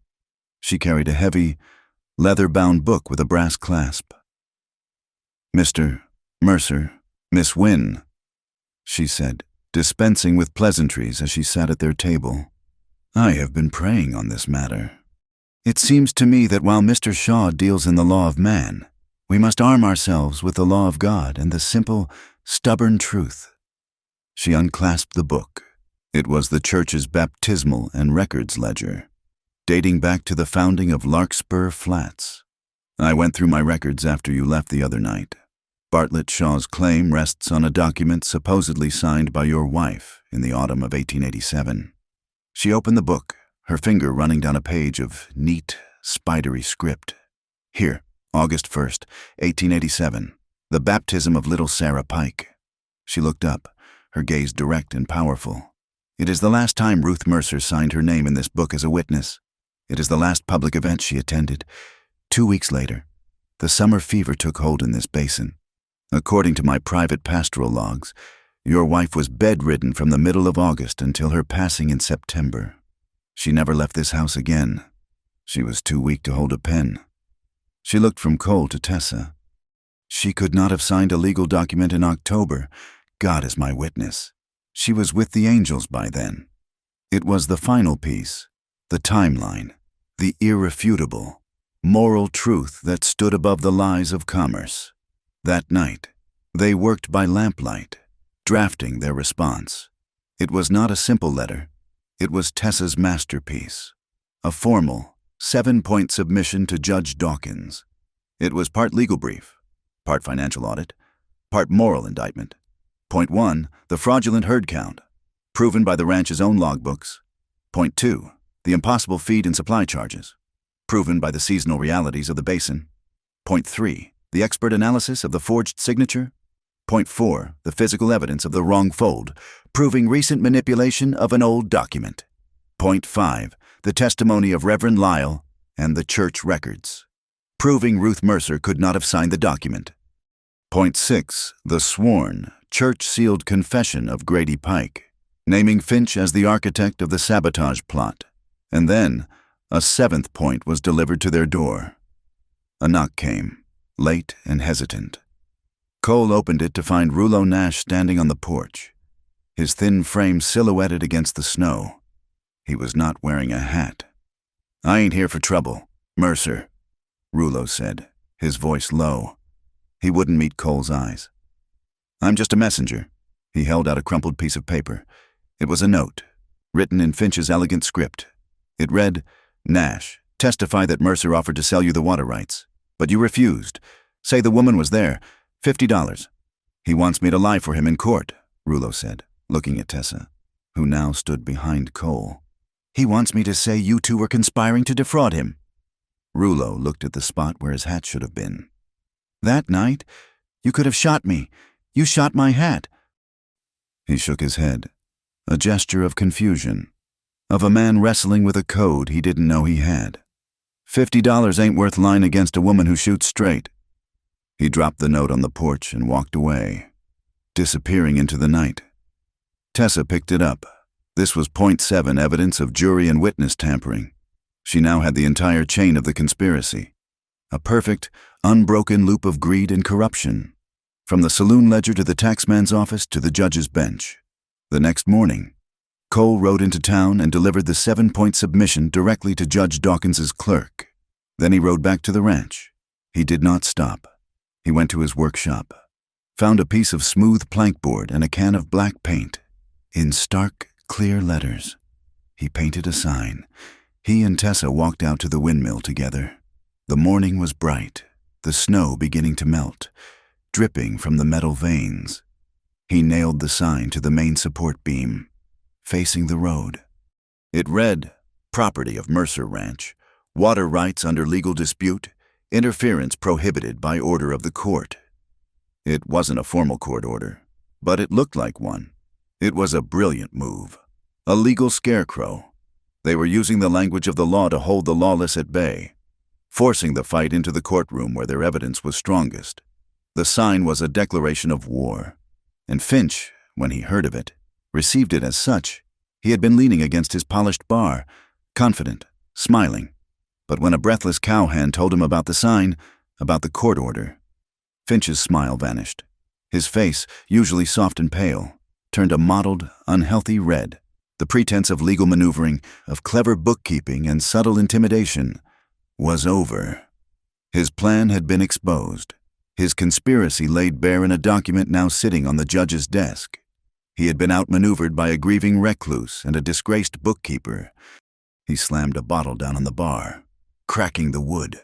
"Mercer!" he roared, his voice no longer smooth and placating, but a raw, ugly sound. "He thinks he can hide behind his woman's paperwork." He ripped off his bartender's apron and threw it on the floor. He was no longer a businessman. He was a cornered animal. He turned to the cowhand. "Right out there. You tell Mercer that this isn't about judges and papers anymore. You tell him Finch wants to talk, man to man. No tricks, no women. Sunset tomorrow. The old grain depot by the rail spur." The grain depot was a derelict, cavernous building on the abandoned edge of town, a place of shadows and rats and dry, forgotten dust. It was not a place for negotiations. It was a place for final, brutal resolutions. The invitation was not for a talk. It was for a showdown. The wind that met them at the old grain depot was a different beast from the one that scoured the high plains. It was a low, hot, restless wind, smelling of dust, creosote, and the dry rot of forgotten things. It swirled around the derelict building, lifting spirals of dirt from the ground and rattling the loose tin sheets on the roof. The sun was a venomous, bloody orange, bleeding out across the horizon, setting the sky on fire. The depot was a skeletal ruin, a monument to a railroad that had chosen a different path. Its great doors hung askew, and the faded lettering above them, Larkspur Flats Grain Freight, was barely legible. This was Finch's chosen ground, a place with no laws and plenty of shadows. He was waiting for them, standing just inside the cavernous opening. He was not alone. Two hard-faced men Cole didn't recognize, men with a dead-eyed look of hired muscle, flanked him. Finch had shed his bartender's apron and his false smile. He wore a dark coat, and his soft hands were clenched into fists. He was a cornered man who had decided to bite. "Mercer," Finch called out, his voice a low growl that didn't carry well on the wind. "I'm glad you came. I was afraid you'd send your bookkeeper to do your talking for you." Cole swung down from his horse. He carried no rifle, only the heavy, coiled presence of a man who had been pushed too far. Tessa remained on her horse, a few yards back, her hand resting on her saddle horn, her eyes scanning not Finch, but the entire area, the dry, tinder-like grass, the dilapidated loading docks, the rusty, leaning chimney stack on the depot's roof. "This is between you and me, Finch," Cole said, his voice cold and steady. "It ends tonight." "It does," Finch agreed, a cruel smile finally touching his lips. He took a step back into the shadows of the depot. One way or another. That's when it happened. A sudden vicious gust of wind tore at the depot's chimney, a plume of black smoke, from a fire Finch or his men had lit inside, was belched out. With it came a shower of orange sparks. They were not substantial, just a handful of angry, glittering embers, but the wind caught them. It carried them like seeds over the bare, dusty ground of the rail yard, and deposited them into a thick, waist-high clump of cheatgrass that had grown undisturbed for a decade. The grass did not smolder. It exploded. A whoosh of sound, a flash of orange, and a wall of fire 5 feet high erupted from the ground. The hot, dry wind immediately seized the flames, pushing them, hungry and fast, across the field toward a line of old wooden sheds and, beyond them, the town. Finch laughed, a raw, ugly sound of triumph. "Looks like you have bigger problems than paperwork, Mercer." For a second, everyone was frozen by the sheer speed of it. Then Cole moved. He sprinted into the depot, past Finch, searching for water. He found a row of old fire buckets. Most of them rusted through, but 2 were intact. He located a hand pump connected to a cistern, its handle stiff with disuse. He began to work it, the pump groaning in protest, a pathetic trickle of brown water splashing into the bucket. It was a futile, hopeless gesture against the roaring blaze. But Tessa was not looking at the fire. She was looking at the ground. Her mind, trained to see systems and patterns, was mapping the land. She saw the rail spur, and running parallel to it, nearly invisible under the weeds, she saw the shallow depression of an old irrigation ditch. It was a drainage channel, built to keep the tracks from flooding, and it ran from the main basin canal. She spurred her horse, not away from the fire, but toward it, riding along the line of the hidden ditch. She found what she was looking for 50 yards down a rusted, cast-iron wheel valve, half buried in the dirt, marking a junction gate. It was frozen solid. She leaped from the saddle, grabbing a heavy, discarded iron fish plate from the rail bed. Using it as a lever, she jammed it between the spokes of the wheel and threw her entire weight against it. The metal screamed, a high, piercing shriek of rust and resistance. For a moment, nothing happened. Then, with a deep, groaning shudder that ran through the ground, the gate gave way. A torrent of dark, cold water surged into the dry ditch. It wasn't a river, but it was a flow. A sudden, life-giving artery. The water hit the dry earth, turning it to mud, creating a wide, dark firebreak directly in the path of the advancing flames. Tessa had bought them time. She had drawn a line with water. Back at the depot, Cole had one bucket full. He ran out, the water sloshing over the sides, and threw the meager amount at the base of the fire. It hissed, steamed, and vanished, having no effect. As he turned to run back for more, he saw Finch, not watching the fire, but slipping back inside the depot, a long, heavy crowbar in his hand. Cole followed him in. The interior was a vast, gloomy space, filled with the shadows of old machinery. In the center was a huge, belt-driven milling machine, powered by a massive 6-foot flywheel. Finch was at the base of the machine, his crowbar jammed into the axle housing, heaving with all his weight. With a sickening crack, a mounting bolt snapped. The great iron wheel, no longer secure, canted sideways on its axle. Finch saw Cole and grinned. Too late. Mercer! He ran to the engine clutch and slammed the lever down. The drive belt tightened, and with a roar, the engine caught. The damaged flywheel began to spin. Slowly at first, then faster, wobbling violently. The imbalance creating a terrifying, rhythmic thump, thump, thump that shook the entire building. Cole knew what was about to happen. He didn't run for the door. He turned and sprinted for the platform where the hand pump was. The platform was their only source of water. The thumping grew louder, faster, the sound of a giant, dying heart. With a final, explosive shriek of tearing metal, the massive flywheel ripped free from its axle. It did not just fall. It flew. It careened across the depot, a spinning, 1-ton wheel of death, and smashed into the wooden platform, obliterating it in a shower of splinters and dust. A fraction of a second after Cole had leaped clear, he landed hard, rolling. The air knocked from his lungs. The depot was filled with the screaming of the dying machine and the roar of the fire outside. Tessa saw the explosion of wood from the depot doorway. She saw the fire, blocked by her ditch, now spreading sideways, threatening to outflank them. She needed to slow it down. She spotted a spilled pile of sand near the loading dock. Acting on pure instinct, she grabbed an empty grain bucket, kicked her horse into a gallop, and leaned down.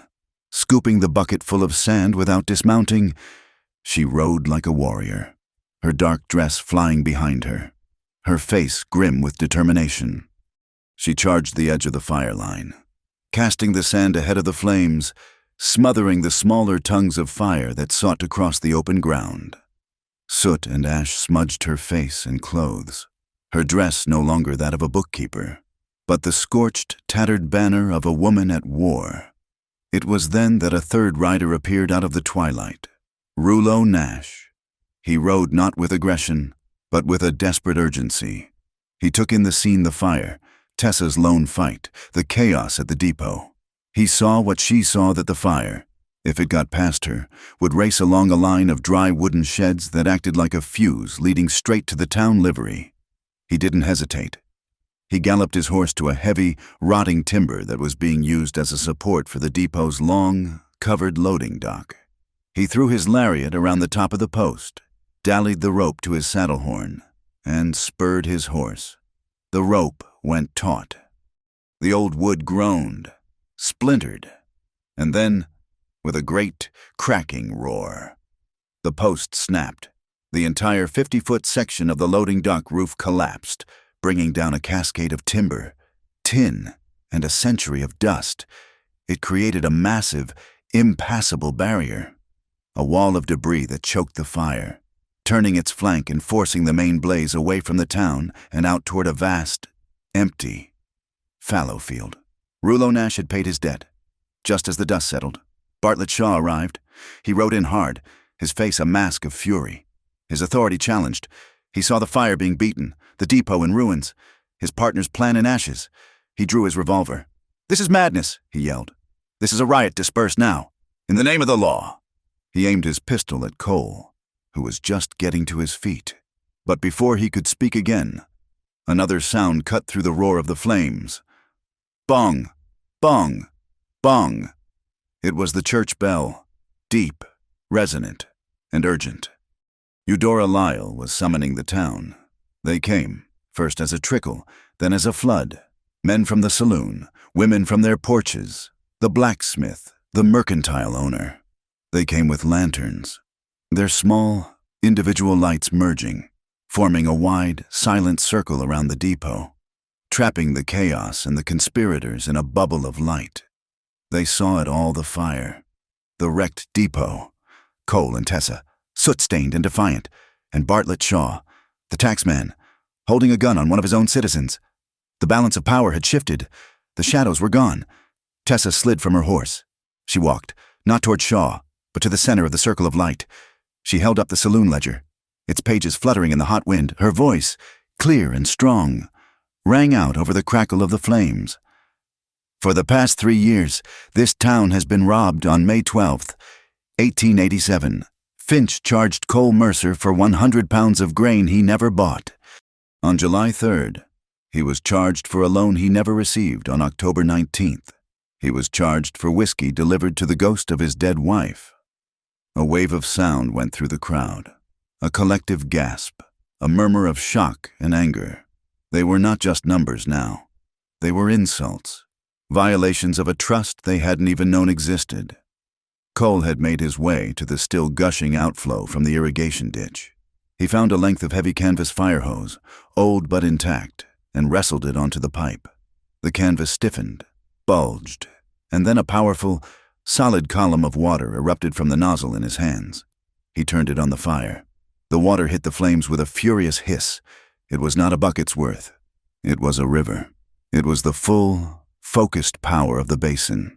The very thing Finch had tried to steal, now turned against him.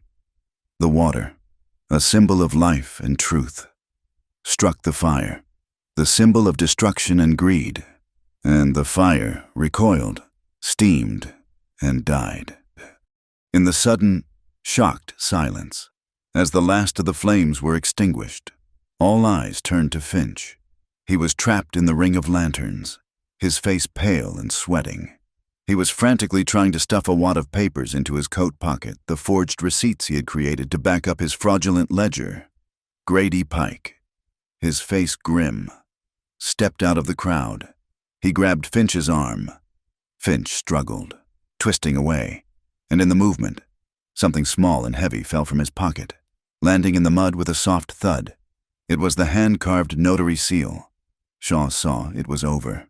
He lowered his pistol, his eyes darting left and right, looking for an escape. He began to back his horse away, trying to melt into the darkness outside the ring of light. He didn't get far. A large figure blocked his path. It was Grady Pike. "Going somewhere, Mr. Shaw," Pike said, his voice low. Shaw spurred his horse, but Pike grabbed the bridle, his big hands like a vice. Shaw was trapped. Pike reached down, not for a gun, but for a length of old, greasy rope hanging from the depot wall. With a few practiced motions, he looped it around Shaw's wrists, binding him to his own saddle horn.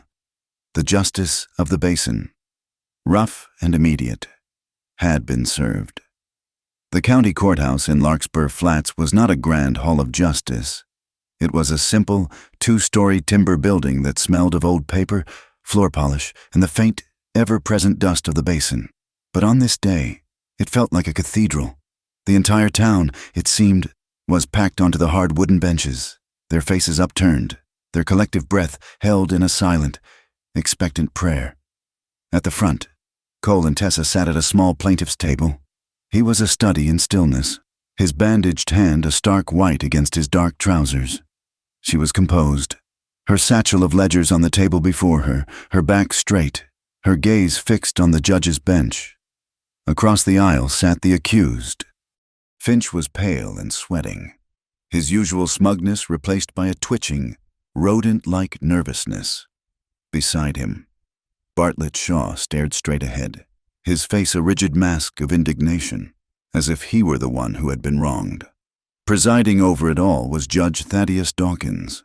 He was a circuit judge, a man with a face like a weathered rock, and eyes that had seen every form of human foolishness and greed. He had little patience for theatrics. He held their 7-point submission in his hand, a sheaf of papers that had clearly been read and reread. "This court is in session," Judge Dawkins began, his voice a gravelly boom that cut through the low murmur of the crowd.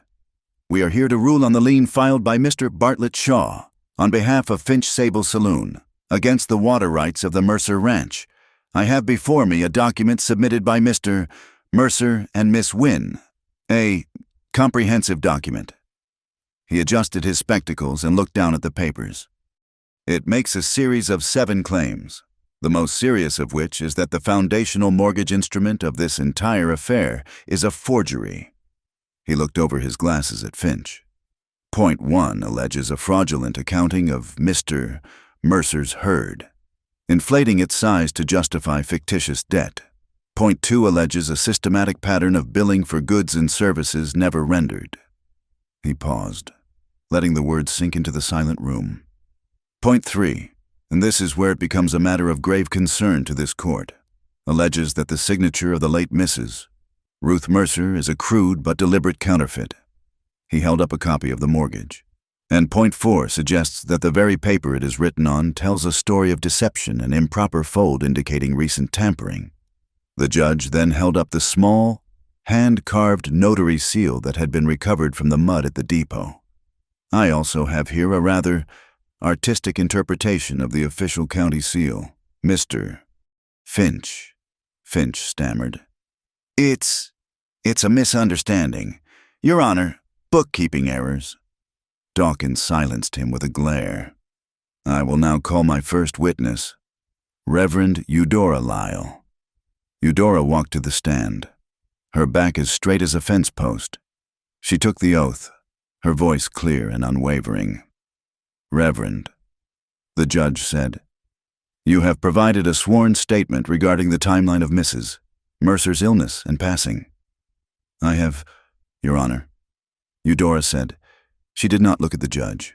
She looked out at the faces of her community, at the men and women she had married, baptized, and buried. "I was with Ruth Mercer in her final weeks. The woman was too weak to lift a glass of water, let alone sign a complex legal document. The claim that she did so is not just a falsehood. It is a desecration of a good woman's memory." She turned her gaze to Tessa, then to Cole. Her voice softened, but lost none of its power. "I was also a witness to the confession of Mr. Grady Pike, who admitted to being hired by Mr. Finch to commit an act of sabotage." She looked directly at the bench. "Your Honor, the law is a fine and necessary thing, but sometimes it is not enough. Sometimes justice needs someone to stand beside it, to give it a human voice." She stepped down. A profound silence filled the room. The case was no longer just about paper and numbers. It was about the soul of the town. "Miss Wynne," the judge said, his voice a little less gruff, "your submission details a rather sophisticated analysis of the defendant's accounting. Please enlighten the court." Tessa walked to the front, placing Finch's ledger and her own notebook on the witness railing. She was not a victim seeking pity or a crusader demanding vengeance. She was a teacher. "Your Honor," she began, her voice calm and clear, "a ledger should be a story of balance. For every debt, there must be a credit. Mr. Finch's ledger is a work of fiction. It is filled with debts that have no corresponding credit, no reason for being." She explained the principle of double-entry bookkeeping, her explanation so simple and logical that even the ranchers in the back row nodded in understanding. "But the most conclusive proof," she said, "is in the materials themselves." She pointed to the forged signature. "I conducted a simple test. The ink used for the text of the document is a common iron gall ink, which fades to a rusty brown over time. The ink of the signature is a deep, carbon-based blue-black, a new ink on an old document." She then picked up the forgery itself. "And here," she said, holding it so the jury and the crowd could see, "is the wrong fold. You can see the line of old dust, trapped beneath the new crease. This paper was stored for years. Folded one way, and then recently refolded after this text was added. A low murmur rippled through the courtroom. It was not a sound of anger, but of awe. They were not just seeing a crime exposed. They were seeing the elegance of the truth, the irrefutable logic of a mind that saw what they had all missed. Tessa Wynne was no longer an outcast. She was a protector. "The prosecution calls Rouleau Nash," the clerk announced. Rouleau walked to the stand, his gaze fixed on the floor. He looked smaller without his hat. He took the oath, his voice barely a whisper. He had been offered a reduced sentence for his testimony. "Mr. Nash," the judge said, "you were present at the Mercer Ranch on the night of the incident." "Yes, sir," Rouleau mumbled. "And you were present at the grain depot during the fire?" "Yes, sir." "Tell the court, under oath, who hired you for these activities?"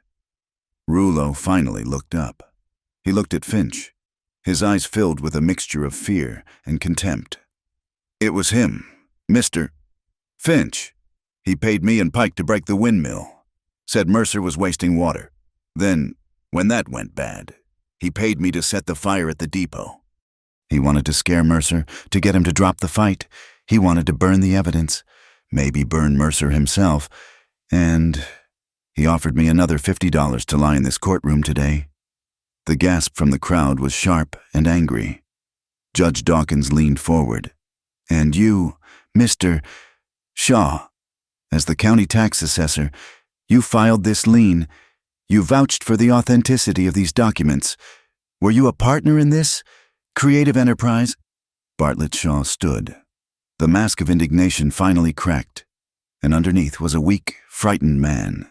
He slumped, his shoulders caving in. "The county, they cut my collection commission," he said, his voice thin and reedy. "My revenue was down. Finch, he promised me a percentage of the water rights when they were sold to the railroad. I was just trying to secure the county's interests, and my own." The confession was pathetic, a monument to petty greed. Judge Dawkins stared at him for a long, cold moment. "Mr. Shaw, you have not only betrayed your office, you have betrayed the trust of every citizen in this basin. You are hereby stripped of your position, effective immediately. Deputy, take his badge." A stunned deputy walked over and unpinned the small tin star from Shaw's coat. Finally, the judge turned his full, wrathful attention on Finch. "Mr. Finch, you have committed fraud, forgery, conspiracy, attempted arson, and witness tampering. You have used your position to prey on your neighbors and have brought this community to the brink of violence for your own selfish gain. You are a cancer on this body politic."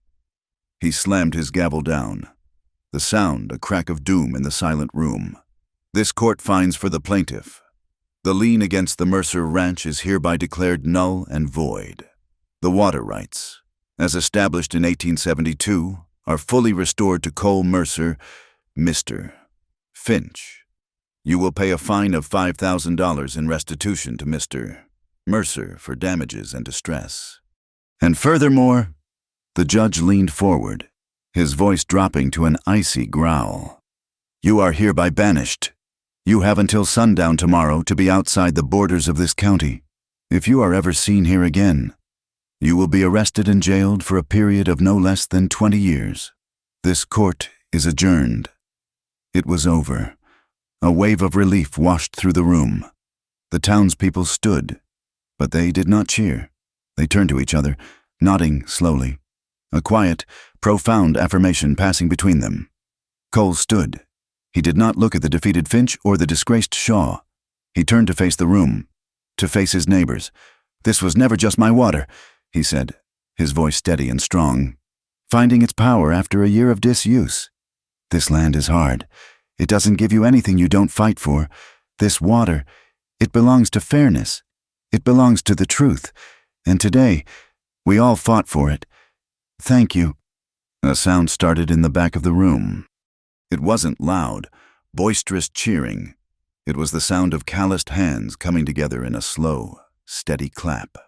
It spread through the room, a sound less like an ovation and more like the sound of a rare, life-giving rain falling on a thirsty field, rhythmic, enduring, and deeply welcome. In the aisle, Grady Pike, his face etched with shame, approached Cole and Tessa. He stood before them, his big hands twisting the brim of his hat. "Mercer, ma'am, I was wrong. I was a fool, and I let greed poison me. I am truly sorry." Tessa looked at a man who had come to destroy them. She saw not a villain, but a neighbor who had lost his way. She extended her hand. "Your apology is accepted, Mr. Pike," she said. He looked at her hand, surprised, and took it. "On one condition," she added, her grip firm. "The spring thaw is coming.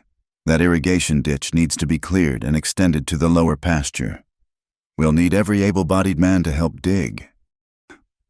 A slow smile spread across Grady's face. He was not being offered forgiveness as a gift, but as a job, a chance to rebuild what he had helped tear down. "It would be my honor, ma'am," he said, later. The crowd had dispersed, and the courtroom was empty. Cole and Tessa stood on the top step of the courthouse, looking out at the town of Larkspur Flats.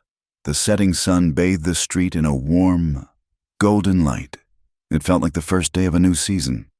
Cole looked at the town, at the people walking home, at the smoke rising from their chimneys. Then he looked at Tessa.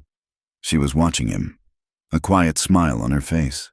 "You know," he said, his voice low and filled with a wonder that was still new to him, "for the longest time, this heart of mine didn't believe in anything. It was just a broken pump." He reached out and took her hand, his fingers lacing through hers. "You made this heart believe in numbers again," he said, looking down at their joined hands. "You made me believe in the truth of a clean ledger." He looked up, and his eyes met hers. They were clear, and for the first time in a long time, they were full. "And then," he said, his voice soft with emotion, "you made it believe in people." The sunset poured over Red Willow Basin not as a slow fade to gray, but as a deliberate, final act of beauty.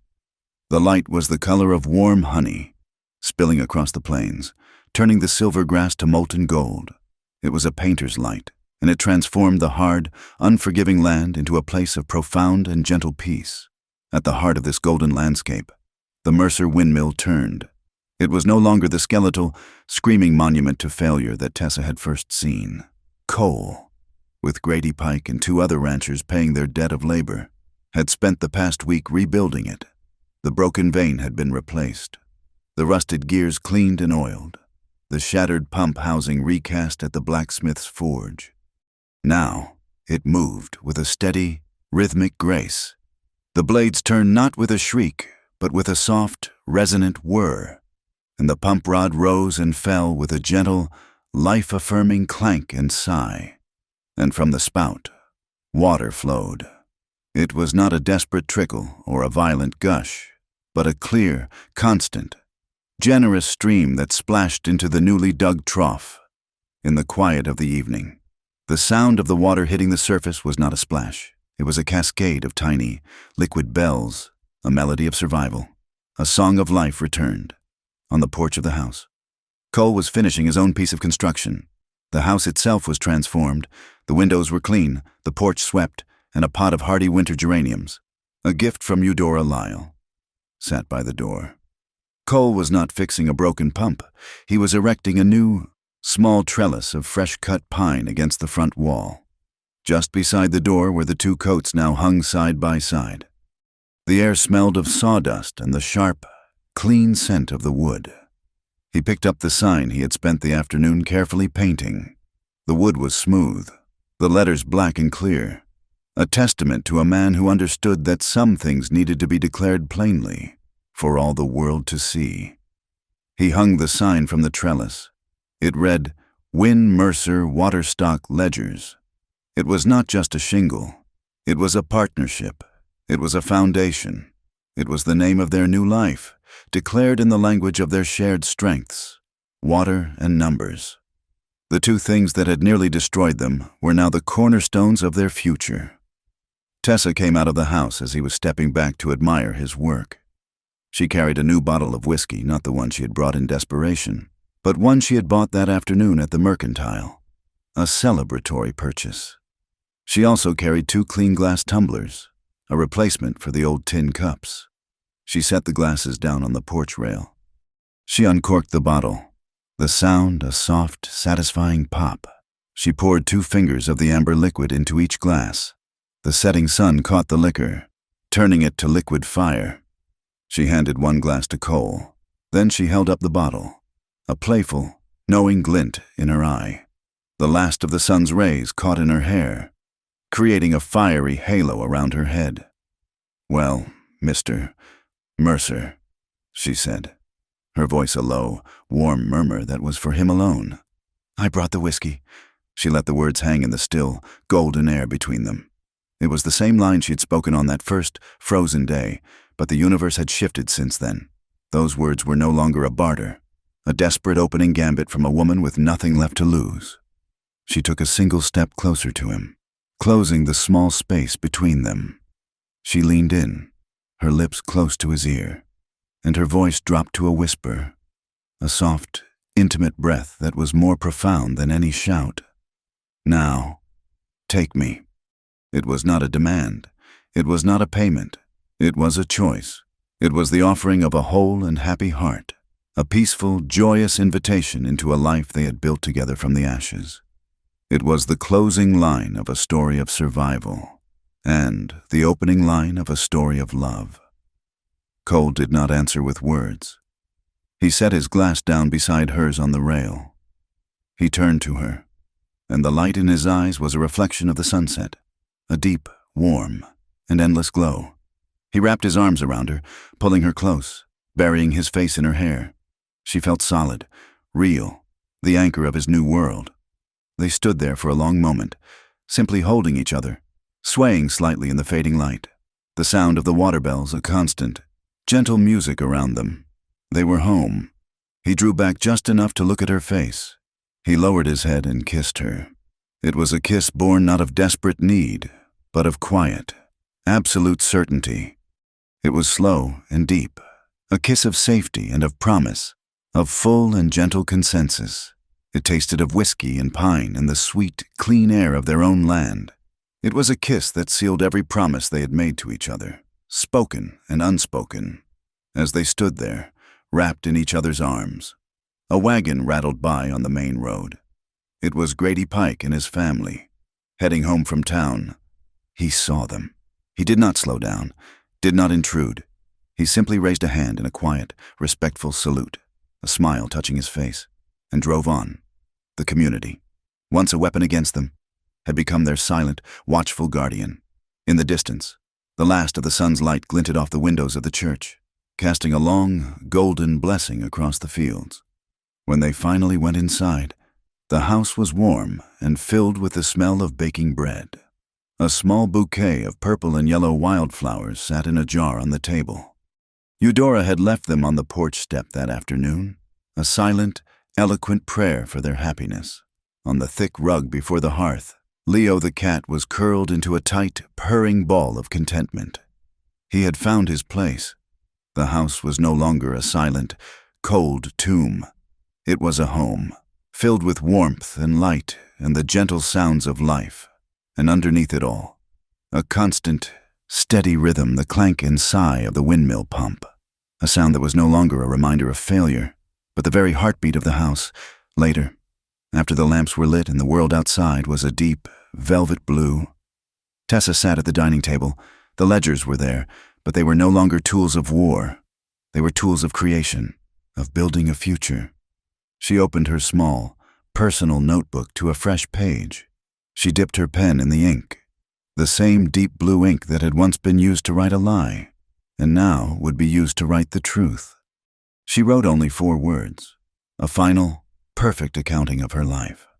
Water sufficient, heart overflowing. She closed the book. Cole came and stood behind her, his hands resting on her shoulders. She leaned her head back against him. They looked around the room, at the fire, at the sleeping cat, at the life they had reclaimed and rebuilt. Outside, the windmill turned, a silent sentinel in the moonlight. The water flowed, a silver ribbon under the vast, starry sky, a testament to the fact that even in the hardest, driest land, love, like water, will always find a way. It no longer needed to be proven or fought for. It only needed to be lived, day by day, slowly, and with a strength as deep and as constant as the well itself. Thank you so much for listening to our story tonight. We're always so grateful to have you with us. Let us know in the comments where you're listening from. We love seeing how far these tales of the Old West travel. If you enjoyed this story, please consider subscribing to our channel, Wild West Stories 1850, and giving this video a like. And if you'd really like to support us, press that hype button to help this story reach even more listeners. Thank you again. And until the next tale,